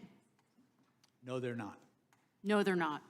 So there is no reason, from where I sit, for this important information to be not made public. At this point, I want to turn now to President Trump's attacks on you. Trump has a playbook for how he handles people who try to hold him accountable. In August 2023, right after your office indicted him, President Trump shared that playbook on social media for everyone to see. He wrote, "If you go after me, I'm coming for you." Trump has said that you, Mr. Smith, should be investigated and put in prison. He called you a disgrace to humanity, a radical left Marxist, a criminal. In fact, Trump has used the words deranged Jack Smith 185 times on Truth Social. How do you think that these statements have impacted you, your staff, and your investigation? With respect to me, I think the statements are meant to intimidate me. I will not be intimidated. I think these statements are also made as a warning to others what will happen if they stand up. And I am, as I say, I'm not going to be intimidated. We did our work pursuant to department policy. We followed the facts and we followed the law, and that process resulted in proof beyond a reasonable doubt that he committed serious crimes. I'm not going to pretend that didn't happen because he's threatening me. And Mr. Smith, do you believe that President Trump's Department of Justice will find some way to indict you? I believe that they will do everything in their power to do that because they've been ordered to by the president. That's very concerning, obviously. It's very concerning to all of us, at least on this side of the aisle. This is Trump's playbook at work. Complain loudly, gin up hatred and resentment, then express a hope that somebody will do something, but never explicitly order anyone to act, and then watch as his followers and loyalists go after their targets. This is what happened on January 6th. Trump stood at the Ellipse and gave a campaign speech to his supporters, and he said, "If you don't fight like hell, you're not going to have a country anymore." And I think it's clear that his intimidation will stop at nothing. I want to speak on behalf, in closing, I want to speak on behalf No of closing. people. Chairman, regular order. No, I'm sorry. Mr. Chairman, I'm regular sorry, order. you have gone over numerous times. Time I am belongs to the taking gentlelady my from Vermont. few I'll let you moments. go a couple Thank of you, seconds. Mr. Chair. Like I have all day. Thank you. On behalf of the people of the state of Vermont, thank you for all of your 30 years of service to this country, and to the police officers sitting here. I'm ashamed that you have not gotten your due. Time of the gentlelady has I expired. yield The back. gentleman from New Jersey is I've got a UC request. Gentleman, the ranking member is recognized for UC. Thank you kindly, Mr. Chairman. The first is a New York Times article titled "Hunting Leaks, Trump DOJ Officials Seized Records of Democrats," explaining how the Trump administration subpoenaed Apple for data from the accounts of at least a dozen people tied to the House Intelligence Committee in 2017-18, including Representative Swalwell and Senator Adam Schiff. Without objection. And the other, similarly, is Trump's DOJ secretly obtained phone and text message logs of 43 congressional staffers and 2 members of Congress. That's December 10, 2024. Without objection. The chair now recognizes the gentleman from New Jersey. Thank you, Chairman. You know, I don't even know where to go because there's so much, Mr. Smith. There really is. But it isn't, what I do know is it's much more than how much people like or hate you, or like or hate Donald Trump, or like or hate Republicans, or like or hate Democrats. This is about the system. It's about what the Department of Justice did. It's about what you did. The core of the hearing is all about, can Americans still trust the justice system? Is it fair? Was it fair under you? And all they expect, they don't expect you to be perfect, but they expect you to treat everyone the same, Republicans and Democrats, liberals and conservatives, but that wasn't the case. When you treat people differently because of their political status, their political party, their ideals, that's hypocrisy. And I'm sorry to say, and I don't say it lightly, I do consider you to be a hypocrite. With that being said, you know, I think the prosecutors and the people around you stretch norms, change standards depending upon who was under investigation. So you don't like Donald Trump, and so you're a liberal Democrat, whatever the case may be. And they went after him. And by the way, it's interesting, in all those congressional records that were subpoenaed, all those congressional records that were looked at, was one of them a Democrat? No. The answer is no. I'll answer for you.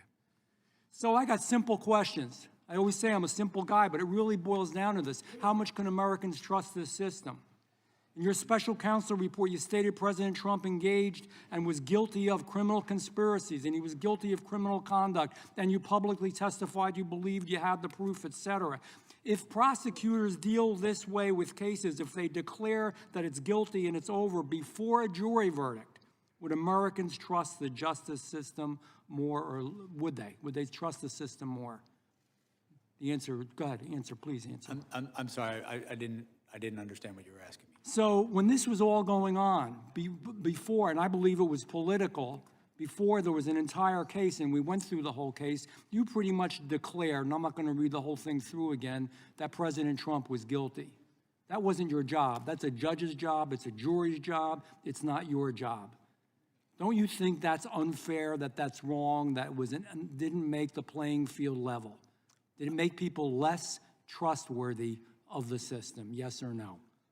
No. When I announced the charges in the election case, I specifically stated that the case needed to be tried and that he had a right to go to trial and he was presumed innocent. And thank you for, I just want a simple answer because we are limited on time. I disagree with you. I don't think you did. Your office secretly subpoenaed and got records of members of Congress. And you kept those subpoenas hidden through non-disclosure orders. That's wrong. They should have known. You want to do that, fine, it's wrong. Number one, it's wrong because people have a right, the American public has a right to know, the elected officials have a right to know. It's your right to subpoena them, but they should know. Secondly, and I brought this up before, not one Democrat, it's all Republicans, all Republicans. Everything you've done, everything you've ever done is always against Republicans. Do you think that puts more trust in the system when you're so partisan in that way? Yes or no? No. Politics played no role in our investigation. I have prosecuted Republicans and Democrats throughout my career. I have dismissed cases against Republicans and Democrats. Because you didn't have the proof. If prosecutors routinely rely on politically imbalanced investigations, and by this I mean, let me appeal to your sense of fairness. You're saying you're a fair man. We had a January 6th committee, select committee, that was appointed only by a Democrat, the then Speaker, Nancy Pelosi. Everybody on it was a Democrat, except 2 Republicans that hated Republicans. Was that fair? Was that fair? I mean, look at our system here in Congress. We've got Democrats, man, they speak up. You've got Republicans, we speak up. You hear both sides. That's the way a select committee should be. And you based everything upon this biased, unfair, prejudiced system. How is that fair? Tell me how that's fair. That's not correct. We conducted an independent investigation. You based a lot on that commission. You got all their records. That's not correct. We did collect their records. We conducted our own independent investigation following the facts and the law. The and you used a lot of their information, Mr. Smith. I don't mean to cut you off. I've got limited time. Joe Biden took classified records that were not to be taken when he was vice president and when he was Senate. And I know you didn't deal directly with that case. Mr. Chairman? But nevertheless, he did. Is that fair? Because let him go, don't do anything to him, but on the other hand, when it's President Trump who did it as president, then you raided Mar-a-Lago. Is that fair? I'm the gentleman. Mr. Gentleman's part. Well, I'd like him to answer. If the witness would like to respond, he can. I have no response. It's damn unfair. That's the answer. We've got UC requests. UC request from the gentlelady from California. Yes, I have a unanimous consent request. I ask unanimous consent to enter into the record the government's sentencing memorandum for Capitol rioter Cody Mattis, who said that, quote, when the former president asked his supporters to march on the Capitol, it was not a call to peacefully and patriotically make your voice Objection. heard, but to storm and seize the building. And I've got one, Mr. Chairman. Gentleman's recognized. This is a press release from Congressman Jeff Van Drew's statement on storming the Capitol building, calling it unacceptable, un-American, and disrespectful of democracy. Without objection, the chair now recognizes the gentleman from Illinois. Thank you, Chairman, and thank you, Mr. Smith, for being here today. Let's remember why we're here today. Donald Trump incited an insurrection in 2020 because he refused to accept that he lost that election. And then he took classified documents with him and put them in Mar-a-Lago. Republicans support impunity for criminals, not accountability.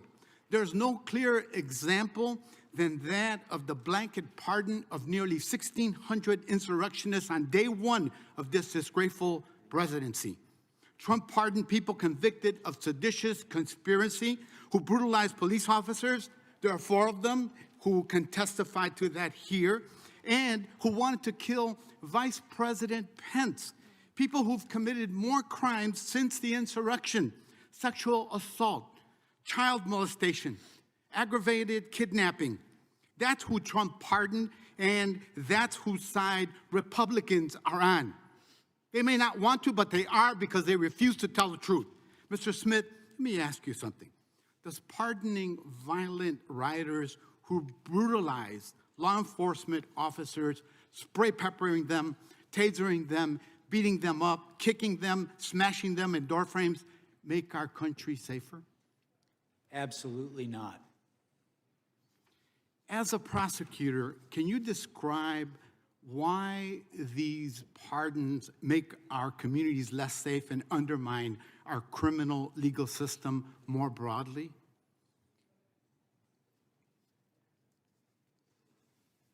The people who assaulted police officers and were convicted after trial, in my view, and I think in the view of the judges who sentenced them to prison, are dangers to their community. As you've mentioned, some of these people have already committed crimes against their communities again, and I think all of us, if we're reasonable, know that there's going to be more crimes committed by these people in the future. I do not understand why you would mass pardon people who assaulted police officers. I don't get it. I never will. That's exactly right. And none of this is a coincidence. The entire purpose of the Republican Party, unfortunately, has become to help criminals and corporate interests evade accountability. Republicans want impunity, not accountability. They want impunity for the January 6th people, for the classified documents case, for the Epstein files, for billionaires and big corporations, and for terror that DHS is sowing on our streets. The Gestapo tactics by ICE and CBP are the obvious result of President Trump and the Republican Party that protect anyone who helps them turn our country into an authoritarian gangster state. Whether it's storming the Capitol to overthrow an election or murdering people in broad daylight, Republicans will back you if you back their political mafia and racketeering operation. That's why Democrats must fight for accountability through oversight, through legislation, evidence collection, and through prosecution for the openly criminal acts that we're seeing in our communities every day. Democracy doesn't exist without accountability, but you got to have a spine. I thank you, Mr. Smith, for doing your part. Our fight continues for accountability, not for impunity. Thank you, and I yield back. May I make may I have a Mr. Chairman, I would yield to the gentleman from New York. Mr. Smith, I just want to take a minute and allow you to explain why you requested the toll records of those officials for January 6th. For the January 6th investigation, you mean, Yeah. correct? With regard to the toll records that were subpoenaed regarding the period of the 4th, I think it was to the 7th, we had evidence that the president had directed Rudy Giuliani, one of his co-conspirators, to contact members of Congress to try to further delay the proceedings and exploit the violence that happened in the Capitol. We had evidence that those calls had happened. We wanted to get more evidence of that to corroborate it for trial.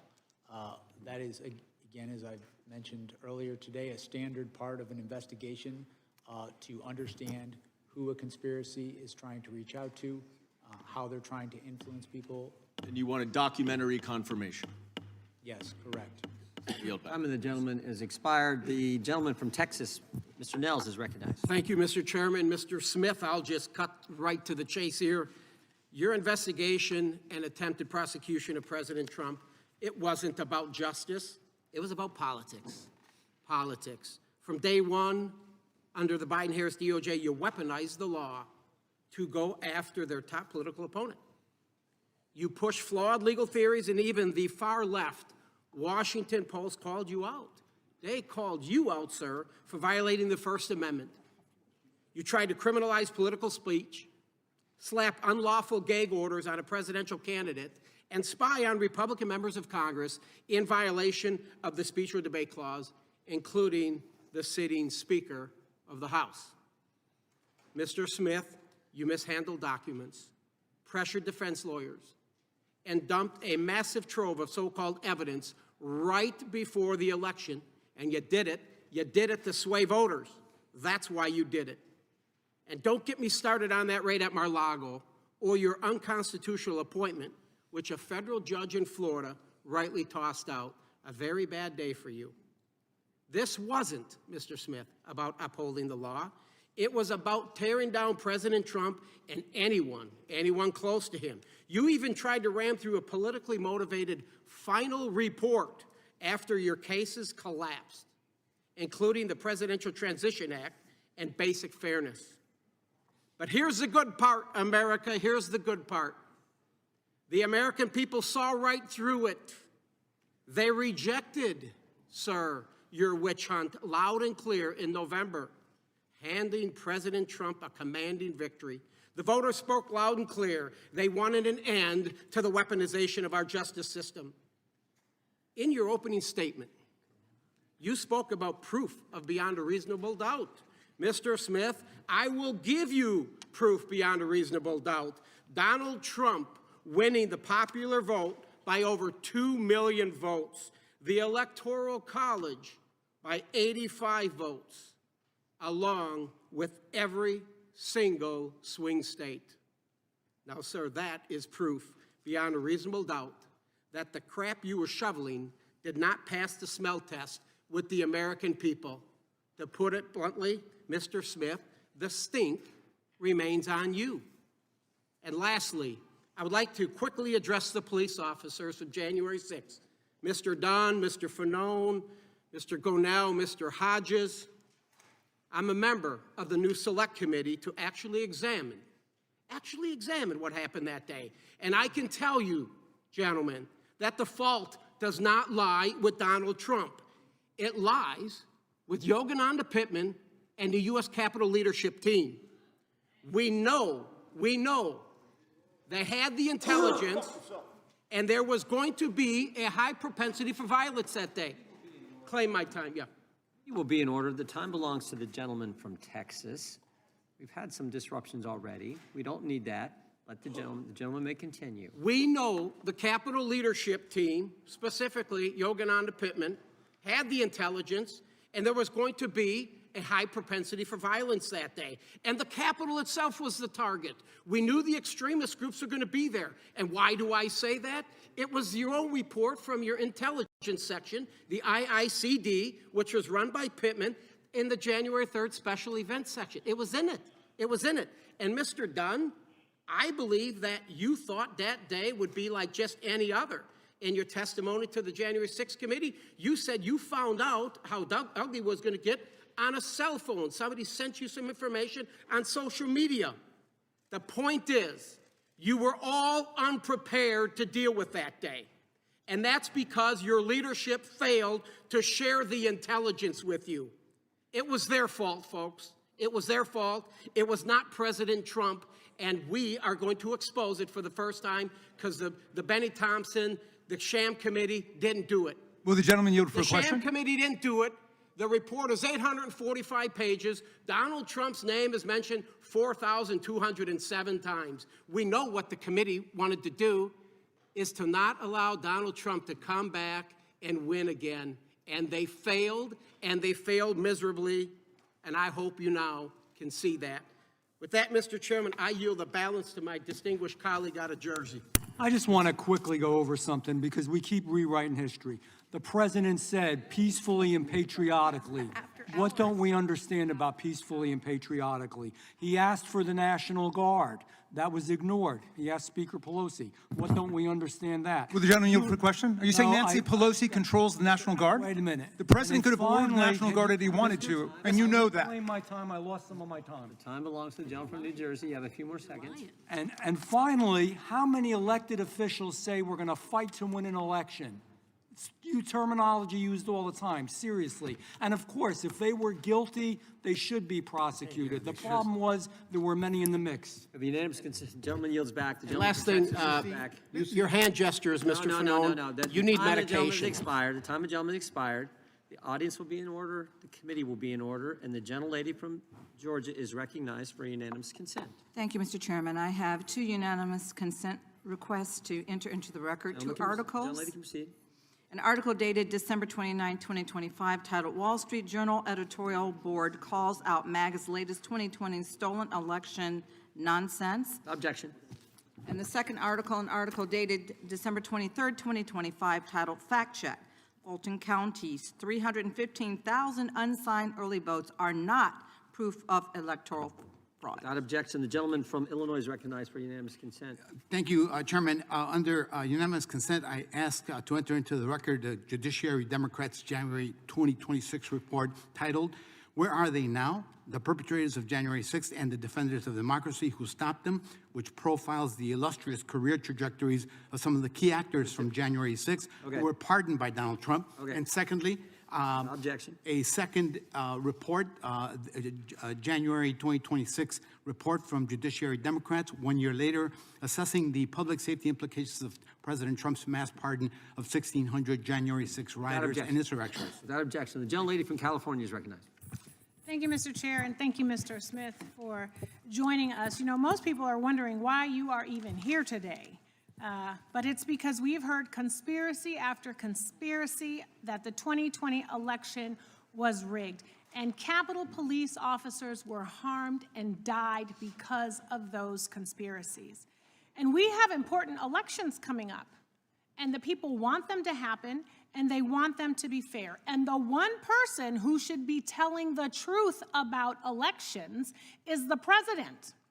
But Donald Trump has not and is still not telling the truth about the 2020 elections. In fact, there is a January 6th page on the taxpayer-funded White House website that says the election was stolen from Trump, a blatant, disproven lie he knows is totally false.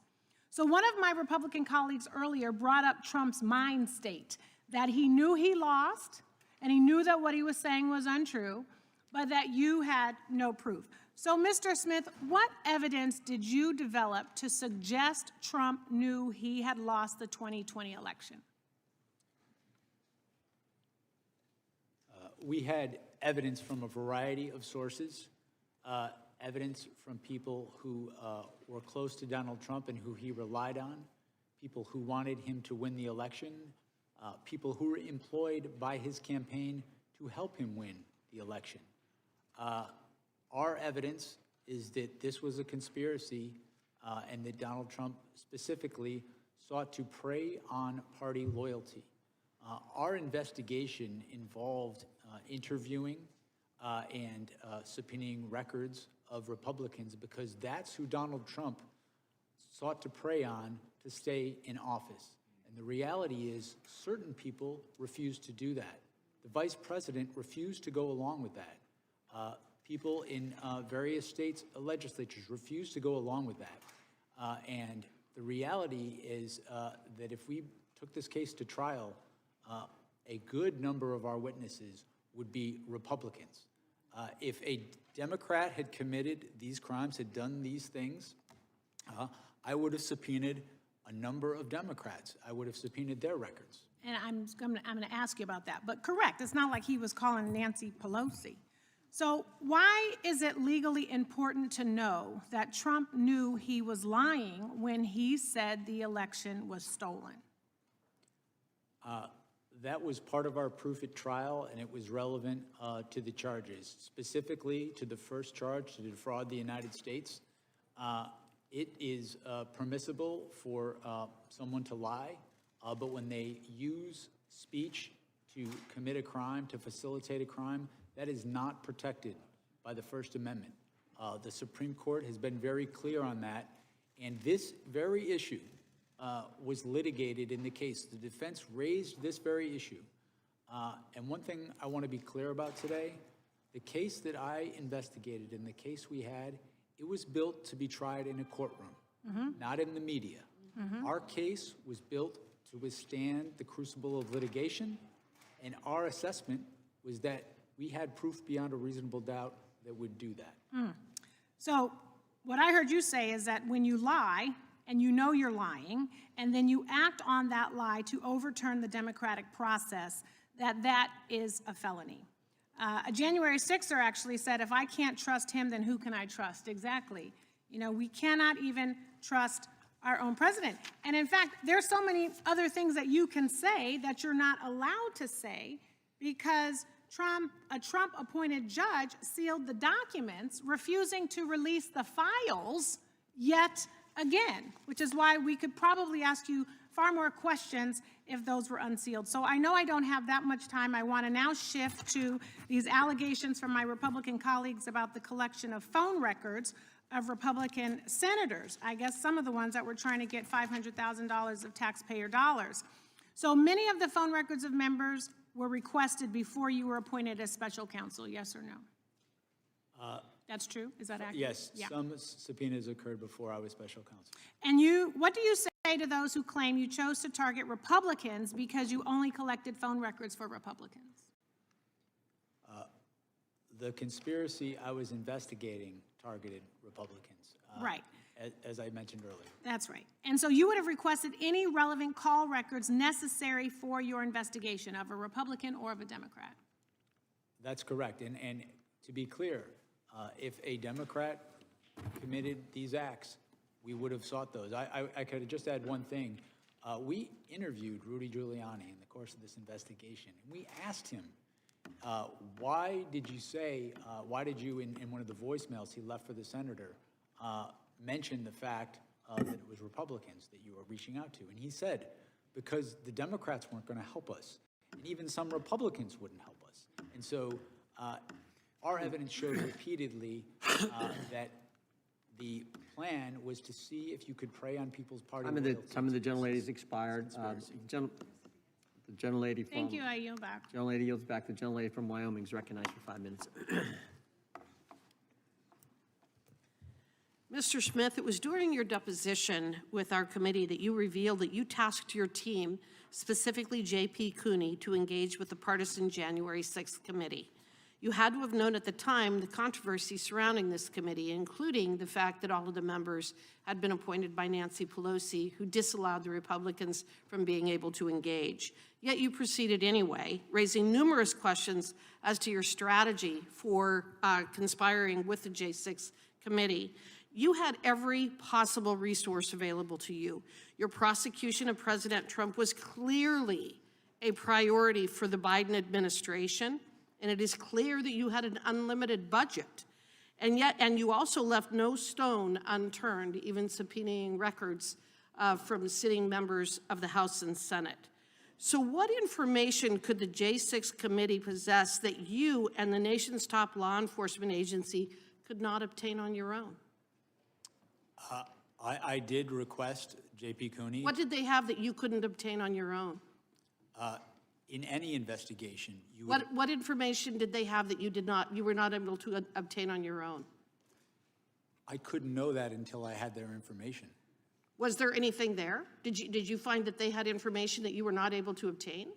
I don't recall specifically every bit of information. What I can tell you is we took in their information because we wanted to collect any information that could be relevant.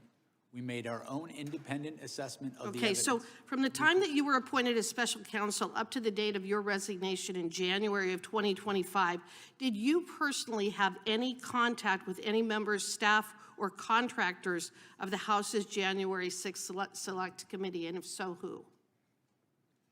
I do not believe I had contact with anybody personally from the January Select The Committee. January 6th committee failed to archive or preserve its video recordings of witness interviews, deleting or destroying as many as 900 interview summaries or transcripts involving more than 1 full terabyte of digital data. I repeat, the J6th committee destroyed evidence.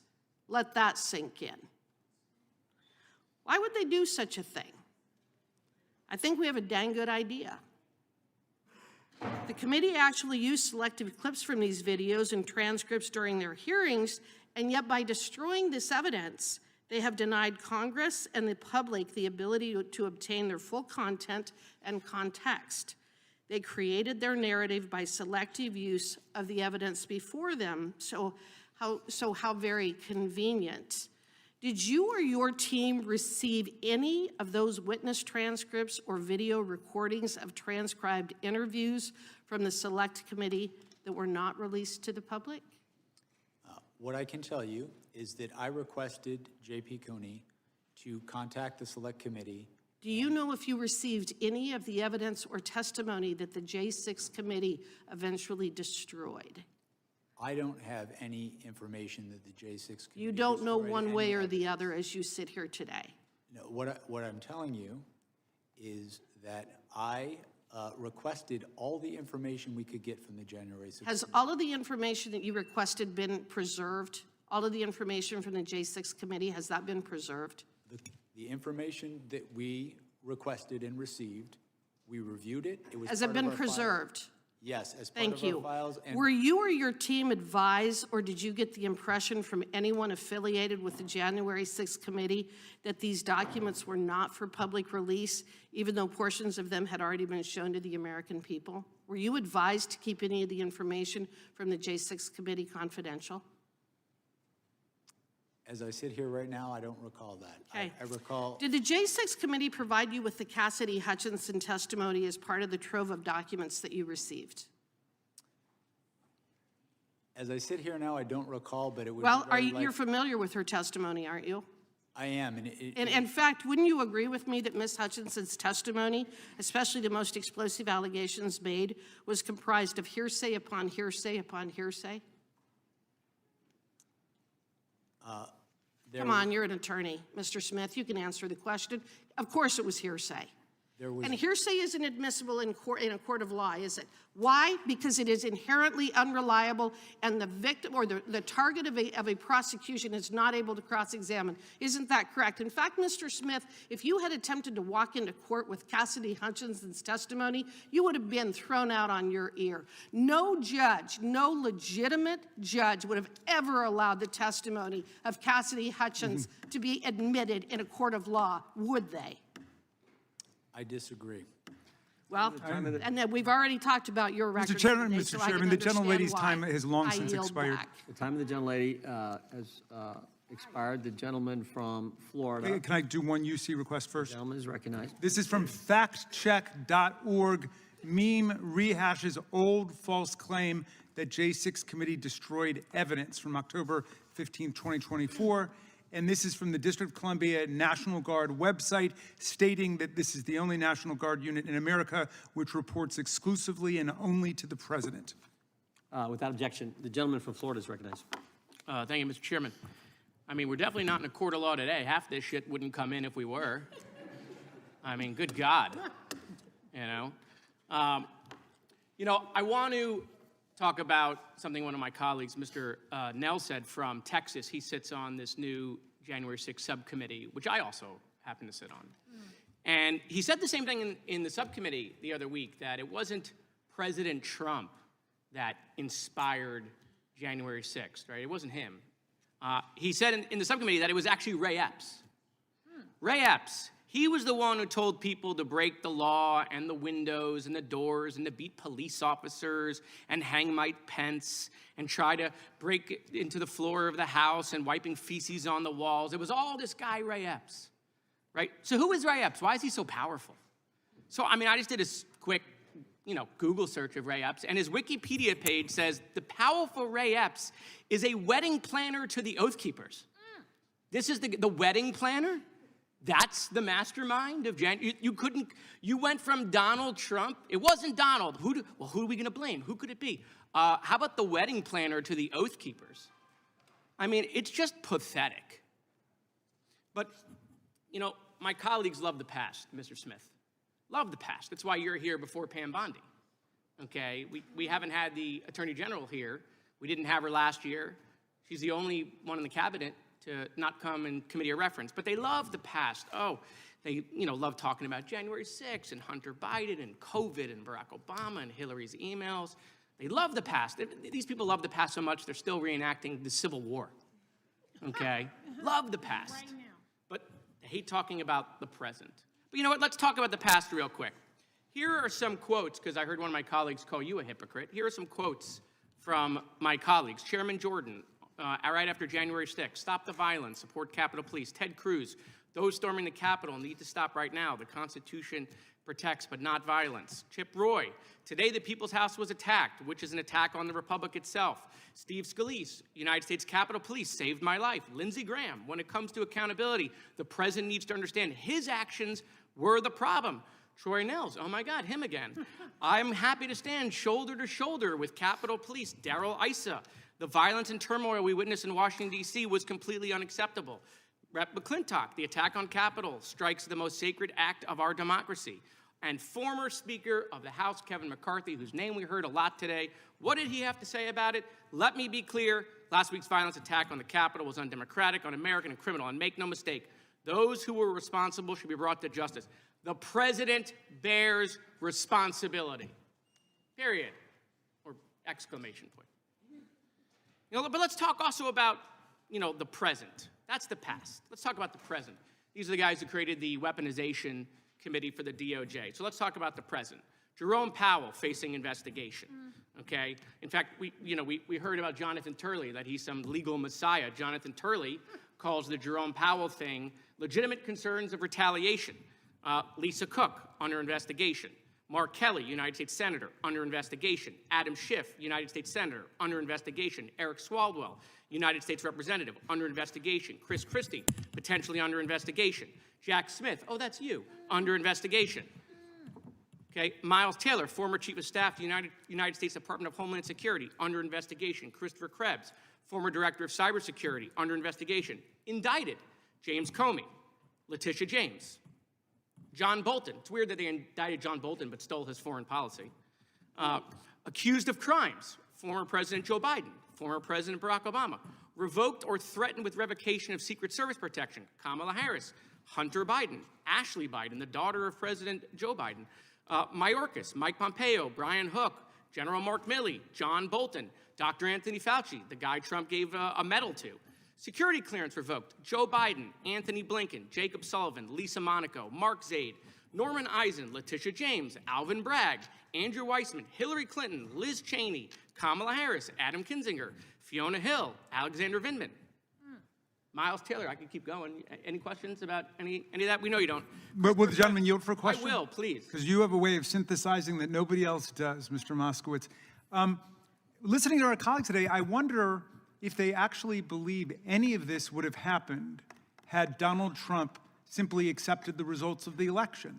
You mean like Al Gore did when he lost 5-4 at the Supreme Court? Yeah. Yeah. Would any of this, would the violence have happened? Would the fake counterfeit slates have happened? No, the none of- threats against Vice President Pence? No, none of it would have happened. And Leanne Panetta would still have his security clearance, so would John Brennan, so would Michael Morrell, Michael Vickers. I can't get them all in, Mr. Chairman. I can't get them. I have like 4 more pages of the weaponization of the Department Time of of the Justice. gentleman from Florida Concern. has expired. The gentleman from South Carolina is recognized. Thank you, Mr. Chairman. Mr. Smith, when was the initial indictment issued on President Trump? August 1st, 2023, does that sound about right? That's in the election case.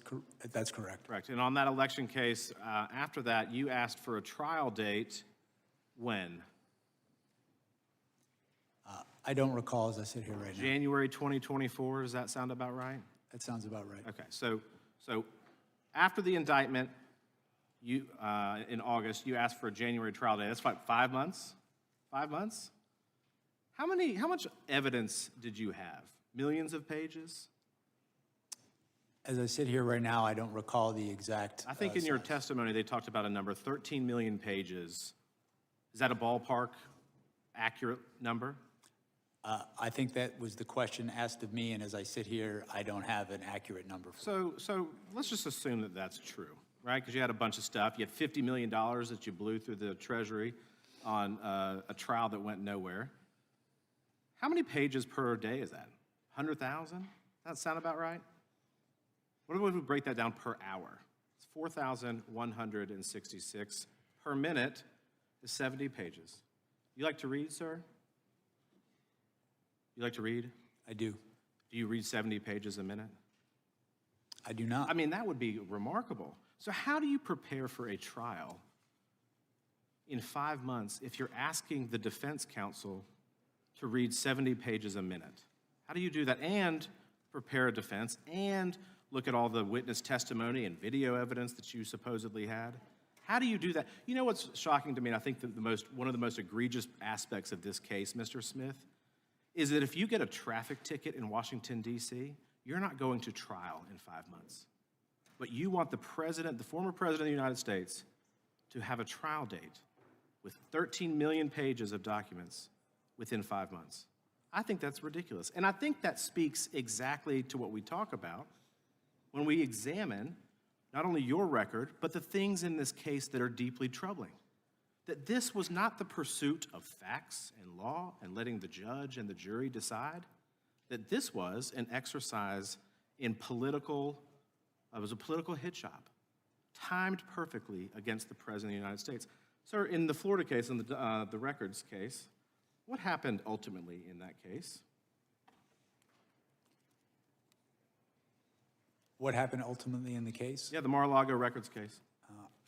I'm going to answer because I don't think this is covered by Judge Cannon's order of we moved to dismiss that case pursuant to Justice Department policy. No, the records case in Florida. Against Donald Trump. The records case in Mar-a-Lago, were you I'm ruled to be, what was the ruling in that? That was Judge Cannon's ruling, and she ruled my appointment unlawful, and we sought to appeal that, and that appeal was pending at the time that we dismissed the cases. So from the very beginning, were you ever confirmed by the United States Senate? I have never been confirmed by the United States Senate. I will say that the history supporting my appointment is over 100 years old. Other special counsels. But isn't there a have been statute on the approved. appointment? I mean, you have to be confirmed by the Senate. So I think that's kind of interesting. But I think the point is, from the very beginning, on the documents case and others, you weren't even lawfully appointed, and that's why Judge Cannon ruled the way that she did. And from the beginning, we talk about that you followed Department of Justice policy, you followed the facts, you followed the law, you followed the Constitution. That's what you have said all throughout this day, parroted by the Democrats, that you have done nothing wrong. But from the very beginning, you weren't even lawfully, and you can't even recall who swore you in. So as we sit here today, based on your testimony in the transcribed interview, can you tell us who swore you in as special prosecutor? As I said, I know I took the oath of office. I don't recall who swore me in. What I don't can know. share with you. I don't know, sir. Call me naive, but like that's a milestone career move for you that you get to do this, and you don't remember the circumstances. I just find that a little bit odd. But here's the thing, and I'm going to wrap up quick. You're unconstitutionally appointed. You breached the 60-day rule, releasing this very partisan attack against the president right before the election. You tampered with evidence in the Mar-a-Lago case that you admitted to in court filings. You subpoenaed members of Congress and their phone records in violation of the Constitution, of current statutes. You didn't even let the court know that these were members of Congress. How are we to assume otherwise that this wasn't political? Because it absolutely was, sir. And I yield back. Gentleman yields back. The gentleman from New York is recognized for 5 minutes. I would caution my friend from South Carolina and others against jumping into bed with Judge Cannon, who's been rebuked repeatedly by the 11th Circuit because she is completely lawless. But let's go back to the actual evidence rather than all the procedural stuff about when you were sworn in or not. I don't blame you for not remembering that. You've been probably sworn in a dozen times. It doesn't jump out at you. I want to go back to the evidence, though, that Donald Trump knew that he was lying about the election. And I'd ask you to say, if you could, specifically, who gave evidence to you that supported your conclusion that he knew that he was lying? That came from a number of sources. It came from staff in the White House who talked to him and told him that his fraud claims were not true. It came from staff on his campaign who told him that. It came from members of the Department of Justice. It came from state officials who, when he tried to press them to do things in contravention of their oath, they refused to. They asked him for evidence, and his co-conspirators, and they never provided it. Over and over again, the people who had who were best situated to know how the elections were conducted in these states, he either avoided contacting them or disregarded the clear debunkings that were provided to him, such as by the Georgia Secretary of State. Right, and I mean, that's a lot of evidence, but we know that his attorney general at the time also concluded, quote, he knew well that he lost the election, Bill Barr, and yet he incited a riot on January 6th, and 4 of the brave officers who defended the Capitol and defended my colleagues on the other side of the aisle are here today. Not a single Republican member of this committee has recognized them or thanked them for their service, and I would like to do so today. Thank you, gentlemen. Now, my colleague from California referred to a couple statements from your former colleagues in Penn and the Eastern District about your impeccable reputation as an apolitical career politician. As an alum of the Southern District of New York myself, I can tell you that many of my former colleagues also feel the same, and that's saying something coming from the SDNY to the EDNY, as you know. Mr. Smith, did you ever speak to President Biden about this case? Never. Did you ever receive orders or direction from President Biden or anyone else in the White House about this case? No. Did you ever receive any direction from the Attorney General Merrick Garland regarding how you should, whether or not you should charge this case? No, I was given the independence to make that decision on my own. An independent special counsel, exactly. I just want to point out to my colleagues who seem to think this is a politicized investigation that on February 10th, over a month, 2021, over a month after January 6th, Marco Rubio said the January 6th attack on the Capitol was far more dangerous than most realize, and we have a criminal justice system in place to address it. Who oversaw the Department of Justice on February 10th, 2021? Who was president?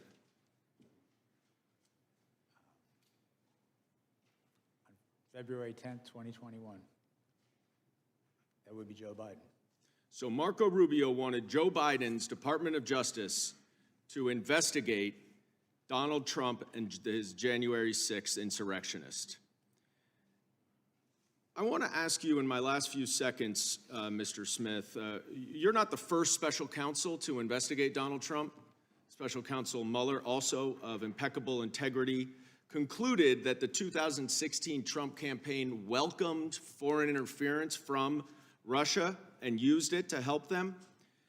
Donald Trump has made it a litmus test to be hired in this administration to say that the 2020 election was fraudulent, even though, as you have established, it was not. And now there are senior officials in this government who are responsible for protecting our elections, who are election deniers.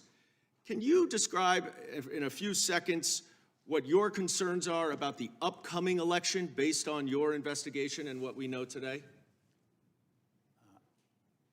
I believe political litmus tests are not proper for career prosecutors.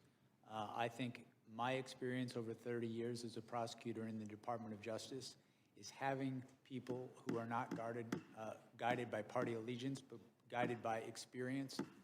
That's how you can trust the criminal justice system. It's the same way with our election system. Gentleman's time has expired. Thank you. I yield back.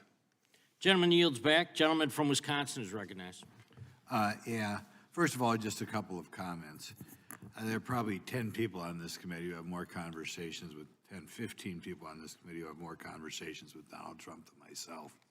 But anybody who says that Donald Trump thought he won that election, that is just plain not true. No way, unless he's the best actor in the history of this building. We agree. Did Donald Trump believe? Order. That Donald Trump did not believe he lost that election. He just didn't. No way. And I think on January 6th, I can't believe there were any congressmen here who didn't think Joe Biden was going to be sworn in as president. So it was a riot, but it wasn't a threat to the future of the republic. Okay, now we should have posted up here a document for you to look at. Here we are. Okay, this is something we received with regard to Arctic frost. It's a list of about 70 names.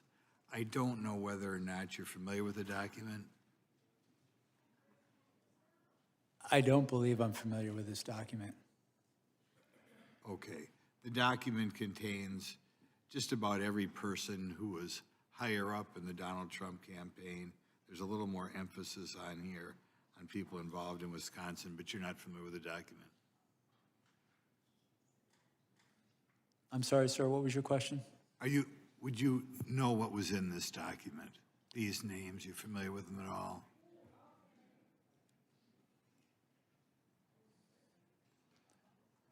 They're under the impression that most of these people, maybe almost all of them, were subpoenaed by you at some time or other. That helps you. Some of these names I am familiar with. Others I'm not familiar with, or I don't recall as I sit here now. Okay. We'll eventually submit another question for you on this later on. From the time you were appointed as special counsel to your resignation in January 2025, did you ever have contact with the January 6th Select Committee? I did not personally. When I became special counsel, I directed my deputy to ask the Select Committee to provide us whatever evidence they would provide us. So you directed people to have direct contact? I directed my deputy to make contact to collect evidence from them. And that's J.P. Cooney? J.P. Cooney, my deputy, correct. Okay. Did you have any concern that the evidence collected by the Partisan Select Committee would be in any way tainted by politics? I apologize, sir. I just couldn't hear you because of the door. I'm sorry, we had people going through here. Did you have any concern that the evidence collected by the Partisan Select Committee would be in any way tainted by politics? I intended to conduct an independent investigation, and my goal was to collect the evidence, assess it, and consider it with all the other evidence we would collect, and make an independent determination in my investigation, separate from that investigation. I'm going to go back and ask you something on that one before, because I think I know the answer. There's a person on that list by the name of Vicki McKenna who we believe did have her records subpoenaed. Are you familiar with that name at all? As I sit here right now, I am not familiar with that name. Okay, thank you. With regard to part of the documents that you received was with regard to Cassidy Hutchison, right? We requested that they give us everything they were willing to give us. As I sit here now, I don't recall if specifically her information was in there, but I'm not denying that it was. It may well have been. Okay, we'll go back. Your team issued subpoenas to various financial institutions, telecommunications providers, and conservative entities requesting communications between them and President Trump's campaign, right? We did issue subpoenas for various sorts of information, correct? Okay, and the bank records, you would say, or we could describe, were fairly broad, the request? We issued subpoenas for certain bank records as part of our investigation, yes. Okay. Shortly after you're appointed, you issued subpoenas to state and local officials for their communications with President Trump, is that correct? And his campaign. As I sit here now, I'm trying to recall specifically which officials, but I know we issued a number of subpoenas in our investigation to understand the communications between President Trump and various entities, including state officials. One final question. One quick final question. Yeah. Do you really believe that President Trump thinks he lost that election? Yes. Our investigation following the facts and the law determined that... No way, thank you, that's enough. I have a unanimous consent request. Gentleman from New York is recognized for unanimous consent. Actually, I have two. One is to an article entitled, "With A.G. Bondi next to him, Trump says deranged Jack Smith must be investigated." And the other is a tweet from Marco Rubio. "There is nothing patriotic about what is occurring on Capitol Hill. This is third world style anti-American anarchy." Without objection. Gentlelady from Texas is recognized. Can I get an extra 33 seconds? You get your full 5 minutes. Well, okay, fine. It's curious because you've sat here all day, and thank you so much for showing up because this was something that you wanted to do. The Republicans wanted to make sure that you were hid in a room with no cameras because I was there. They didn't really want you out public because they were afraid of what you would say, which is that you could have proven your case because you are a career prosecutor who knows how to prosecute criminals. So just to be clear, today it seems like the Republicans have not really fought very much about whether or not Trump was guilty or not. In fact, their fight seems to be over whether or not you were authorized to prove their guilt. Do you recall a number of Republican members asking about whether or not your appointment was okay, even though we know that you've testified about the more than 100-year precedent that allowed for your appointment? I was asked questions about that today, and our position, as we filed in our appeal, is that there was strong support for my appointment, including Supreme Court precedent directly on point. Thank you so much.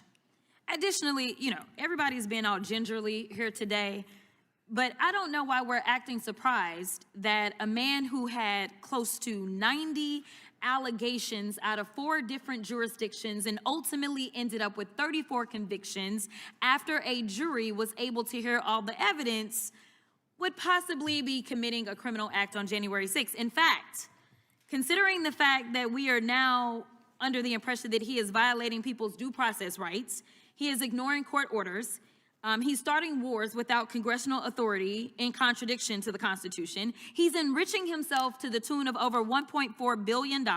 He's shaking down electeds to draw maps that will help him stay in power because the Republicans don't understand that they swore an oath to the Constitution and that we are supposed to do checks and balances. He's also shaking down TV stations to get money. So why are we trying to pretend as if it is out of the realm for this particular man to commit the crime that he committed on January January 6th, and frankly, the only reason he ran for president was to make sure that he would not be prosecuted, because I fully believe that you would have put him under the jail based on our long-form conversation that we had. But according to your special counsel report on page 137, it states the department's view that the Constitution prohibits the continued indictment and prosecution of a president is categorical and does not turn on the gravity of the crimes charged, the strength of the government's proof, or the merits of the prosecution, and that, quote, but for Mr. Trump's election and imminent return to the presidency, the office assessed that the admissible evidence was sufficient to obtain and sustain a conviction at trial. In other words, Donald Trump ran for president, like I said, so he wouldn't have to spend the rest of his life in prison. The chairman and other members of this committee have spent all day attacking you and trying to rewrite the history of January 6th. But Mr. Jim Jordan, the chairman, failed to mention how he was running around the Capitol terrified by the possibility that all those insurrectionists would harm him. In fact, on page 97 of the deposition transcript, you mentioned how Mark Meadows, the president's chief of staff, quote unquote, never saw Jim Jordan so scared. The chairman also failed to mention that he was in direct contact with the White House in the days leading up to and on January 6th, which is why his toll records were subpoenaed by your office. Let me be clear, because they're trying to act like this is Democrats on Republicans, and I guess you are a covert Democrat that knew that he was going to try to steal an election before he tried to steal that election, and so therefore you were somehow put into place. I mean, the conspiracy theories make your head spin, but nevertheless, were you going to subpoena the toll records of every single Republican simply because they were a Republican? No, we subpoenaed the toll records in the course of this investigation because they were relevant to our investigation. Relevant. Oh, okay. All right, so that means something about facts. So let's talk about facts. Donald Trump lost to Joe Biden, yes or no? That's correct. Okay. In fact, 60 federal and state courts have found that there was no evidence of election fraud. Trump's own attorney general and vice president knew that he lost the election, but he still tried to steal the election by pressuring state officials, designing fake elector plans, nearly having Mike Pence hanged, and ultimately demanding that his supporters, quote, fight like hell, correct? Correct. We all saw it happen we all saw what happened once they reached the U.S. Capitol. As your report outlines, President Trump knew that he would incite violence at the Capitol that day. In fact, some of Trump's senior advisors were pushing for violence. For example, page 81 of the report details how co-conspirators number 2, John Eastman, tried to convince Mike Pence to break the law, stating that, quote, violence was necessary. So it isn't just Trump who is responsible for the death of multiple law enforcement officers and the injuries of thousands of people. A lot of Republican members of Congress are also responsible. 147 Republicans voted to overturn the 2020 election results, including multiple members currently serving on this committee, and I will yield. Gentlelady yields. Gentleman from North Carolina is recognized. Thank you, Mr. Chairman. Mr. Smith, we've heard a lot of information that's gone across this day as we've spent it here. We've heard disregard for the First Amendment at times. We've heard talk about solely seeking charges against Donald Trump, obviously targeting. We've talked about the amount of time and reasonable time frame. But I want to ask you for a moment, about some troubling reports that a prosecutor from your office, Jay Bratt, implied to Stanley Woodward that the administration would look more favorably on a judgeship application if he managed to get his client, Walt Nauta, to cooperate against President Trump and to flip on him. And we know this because Stanley Woodward himself came forth with this information. And I guess my question for you, is this appropriate behavior for a special counsel's office to leverage attorneys' future career prospects? Sir, I believe I can answer this question, even though it's regarding the Florida case, because we did filings on it, and I'm not referring to anything in the final report. And my answer to you, sir, is that when I was first notified about this issue, which was 9 months after it allegedly occurred, this is alleged to have occurred before I was even special counsel, what I did is I directed my deputies to look into it. We made sure the person involved self-referred it to OPR, And then we did a filing to the court. There was a motion by President Trump's attorneys. We responded and we laid out our position. And our position was that I did not believe that that allegation was credible. At best, it was a misunderstanding because the people in the room did not understand any threat to be made. Even Mr. Woodard, in his allegation, claimed it was only an inference. 9 months went by where we interacted with Mr. Woodard, in which we had no hearing of a complaint. When the complaint was raised for the first time, which was on the eve of that indictment being brought, it was raised in the guise of asking the court to delay the indictment while an investigation of it happened. So I take allegations of misconduct very seriously. I would not want any of my attorneys threatening anybody. Ultimately, when I looked at this, I did not credit it, and we responded with our position in court. But we also, it was clear that it was referred to the Office of Professional Responsibility, which is what good prosecutors do in that situation. Well, again, to say that you didn't consider it to be credible, I guess we have the United States Associate Attorney General, Stanley Woodward, who claims that this threat was made to him, and I don't see what he would stand to gain from not telling the truth there. And I understand that you tasked 2 of your attorneys with investigating those statements made by Brat, but given the amount of publicity and the scrutiny that was surrounding this entire investigation, why in the world did you not initiate an independent investigation into these very alarming allegations? Well, 2 points there. You stated that you don't, why would he do this? When he made the allegation, when this allegation first came from President Trump's attorneys and then days later from Mr. Woodard, he did ask for the case, the indictment, to be put off in results of this. So there was a thing he was asking for in result. And with respect to an independent investigation, that's exactly why you refer this to the Office of Professional Responsibility. They conduct an independent investigation outside of my office. Well, let me just say, for 4 years, we watched the Biden administration politicize and weaponize the Department of Justice. From going after pro-life activists to spying on faithful Catholics, the Biden administration showed disregard for impartiality. And this blatant disregard was perhaps no clearer than in the targeting of President Trump. We've talked about it all throughout this day. They knew they couldn't beat him at the ballot box, so they pursued alternative options.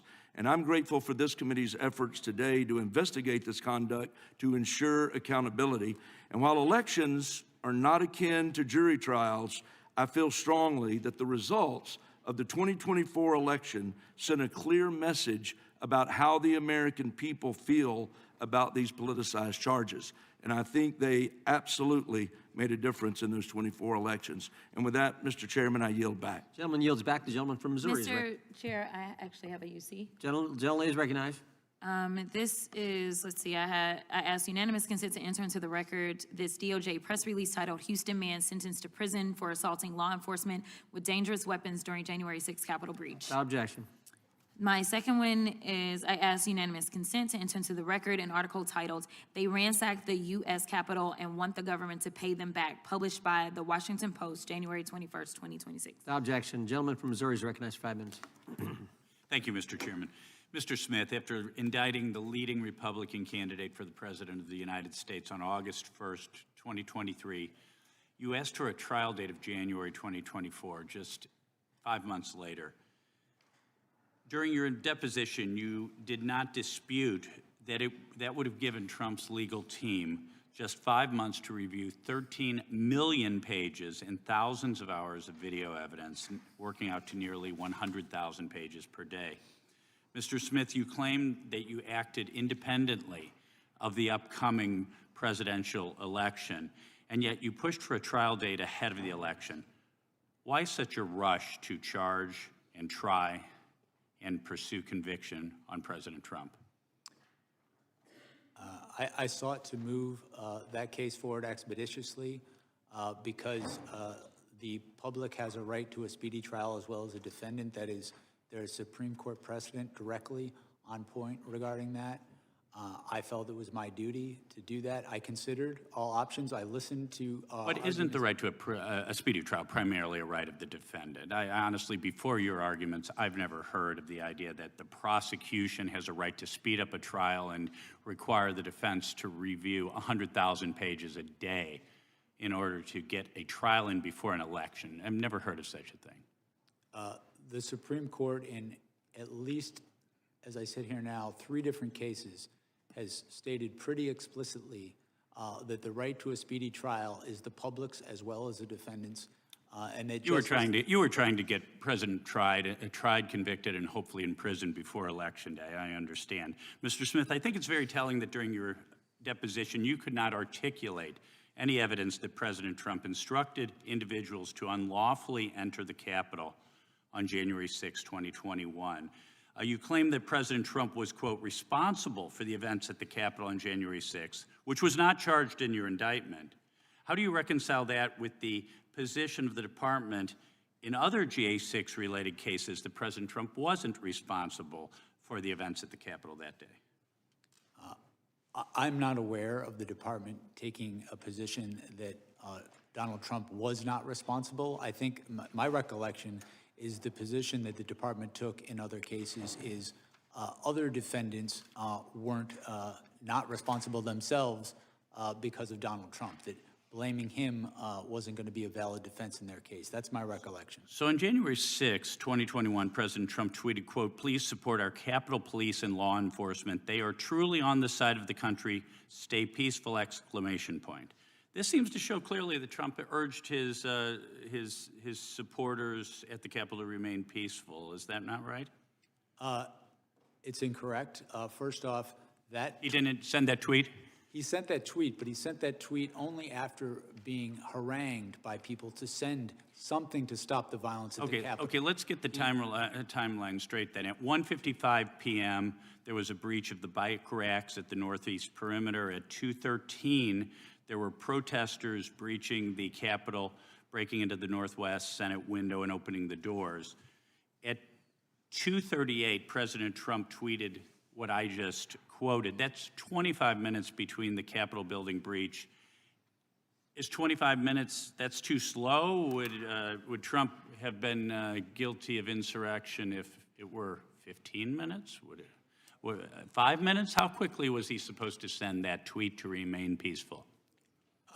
My recollection, as set forth in the indictment, is the timeline of when the attack of the Capitol happened, including the tweet that endangered Vice President Mike Pence's life, was different than what you stated. So that tweet was after, of course, the riot had started. But President Trump also said, quote, we've come to demand that Congress do the right thing and only count the electors who have been lawfully selected. I know that everyone will soon be marching to the Capitol building to peacefully and patriotically make your voice heard. Peacefully and patriotically, is that an incitement of a riot? That is not. Okay, so in November 2016, Hillary Clinton disputed, she for years called President Trump an illegitimate president. He knows he stole the election as recently as September 2019. Had there been a riot around the 2016 presidential election, would Hillary Clinton be guilty of inciting insurrection? I'm not going to engage in hypotheticals. I will say that President Trump's conduct was without historical analog. Thank you, Mr. Chairman. I yield back. Gentleman yields Mr. back. Chair, may I Young lady from Vermont. Mr. Chair, I ask a unanimous consent to enter into the record the first superseding indictment for Capitol rioter and Oath Keeper Kelly Meggs, who brought weapons and armor with him to D.C. and wrote to a friend, Trump said it's going to be wild, it's going to be wild. He wants us to make it wild. That's what he said. Okay. He's calling us to the Capitol and wants to make it wild. Sir, yes, sir, gentlemen, we're heading to D.C. to pack our shit. And, Mr. Chair, I have a unanimous consent request. I ask unanimous consent to enter into the record this superseding indictment filed the Department of Justice on August 27th, 2024, that outlines how Donald Trump, among other felonies, conspired to defraud the United States in his effort to fraudulently and violently overturn the results of the 2020 election that he lost. Without objection, the gentleman from Washington is recognized. Thank you, Mr. Chair. Well, 5 hours later, here we are. One of the benefits of being a freshman member of this committee with the least amount of seniority is you get the benefit of getting everybody else listen to them talk first. I want to start by saying that starting out, I was not real familiar with this issue. In fact, when the chairman of the committee told me we had Jack Smith coming in, my first response privately was, "Who's Jack Smith?" And I say that because my wife and I have 5 young children. We don't have cable television, and by the time we get them to bed, we're either watching Netflix or better yet, reading books.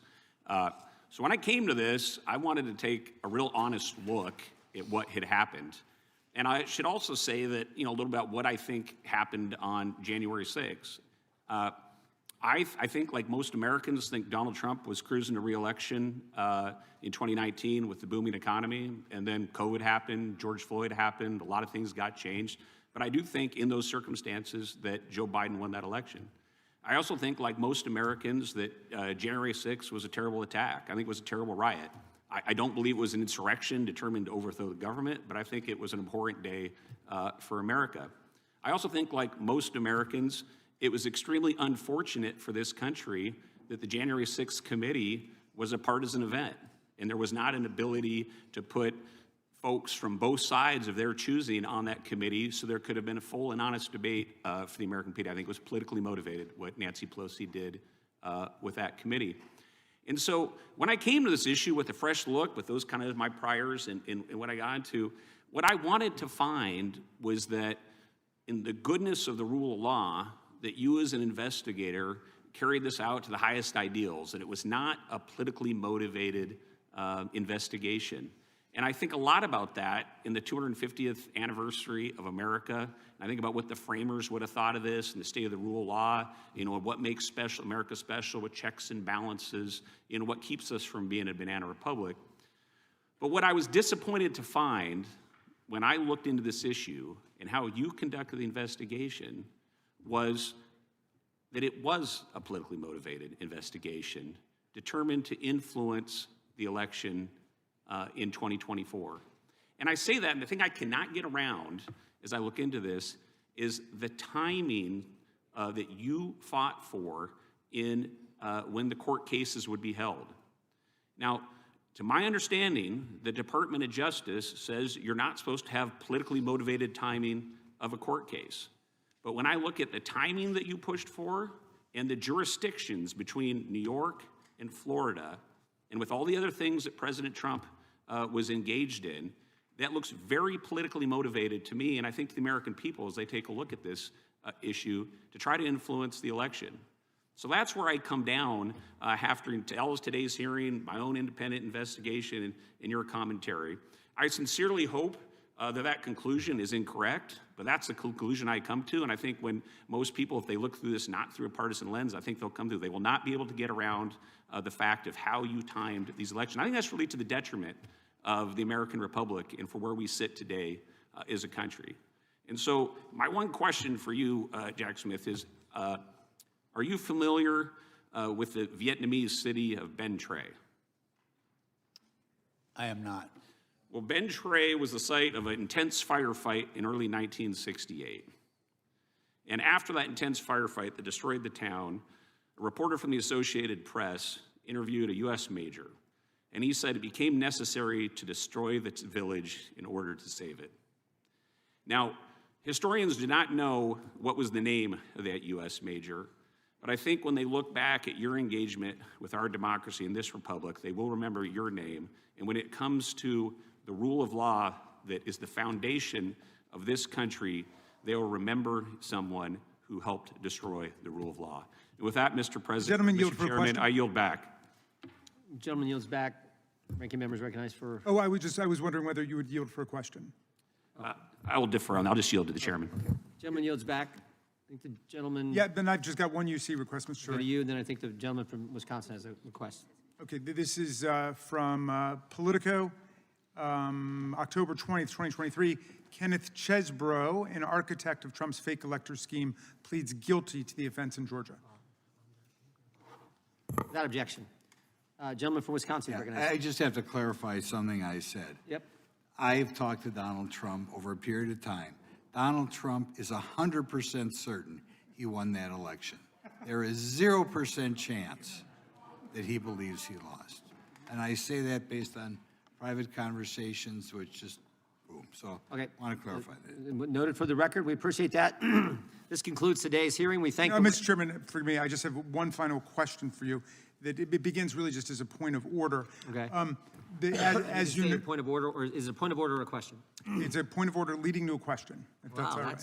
that's innovative. Okay, so it's I don't think that's in order, but because I'm such a nice guy, Well, I I'm going appreciate to let that. you It's state whatever you're straightforward and stating. it's good faith. Okay, Look, in good faith. Because of nothing you've done and nothing that I've done, Jack Smith has not been able to answer the vast majority of questions about what's in Volume 2 of his special counsel report relating to the stolen documents. Now, it's been said that the judicial order that Eileen Cannon imposed will be lifted in February. And so I guess my point of order is, do we intend to bring him back so he can answer questions about Volume 2 and about the stolen documents case? We'll take it under advisement. Okay, well then, We're going to just, see what the court decides to do, frankly. I got you. Well, then in that event, I've got the signatures of every member on our side who are writing to notify you of our intent to call him to testify in continuation of this hearing to answer all of the unanswered questions about the second half of his That will work. certainly factor in tremendously when we make our decision. Okay, because we have a right on the minority day to have a witness, and we will exercise that right. You're going to so call that- him back again? Yes. Wow, okay. So, and We'll see, I'm, we'll so- see. yeah, okay. I'm citing Rule 11, Clause 2J. We look forward to seeing the letter, and we'll find out. We'll take it all under advisement, as we said. That concludes today's hearing. We thank the witness for appearing before the committee today. Without objection, all members will have 5 legislative days to submit additional written questions for the witness or additional materials for the record. Without objection, the hearing is adjourned. Awesome. Here's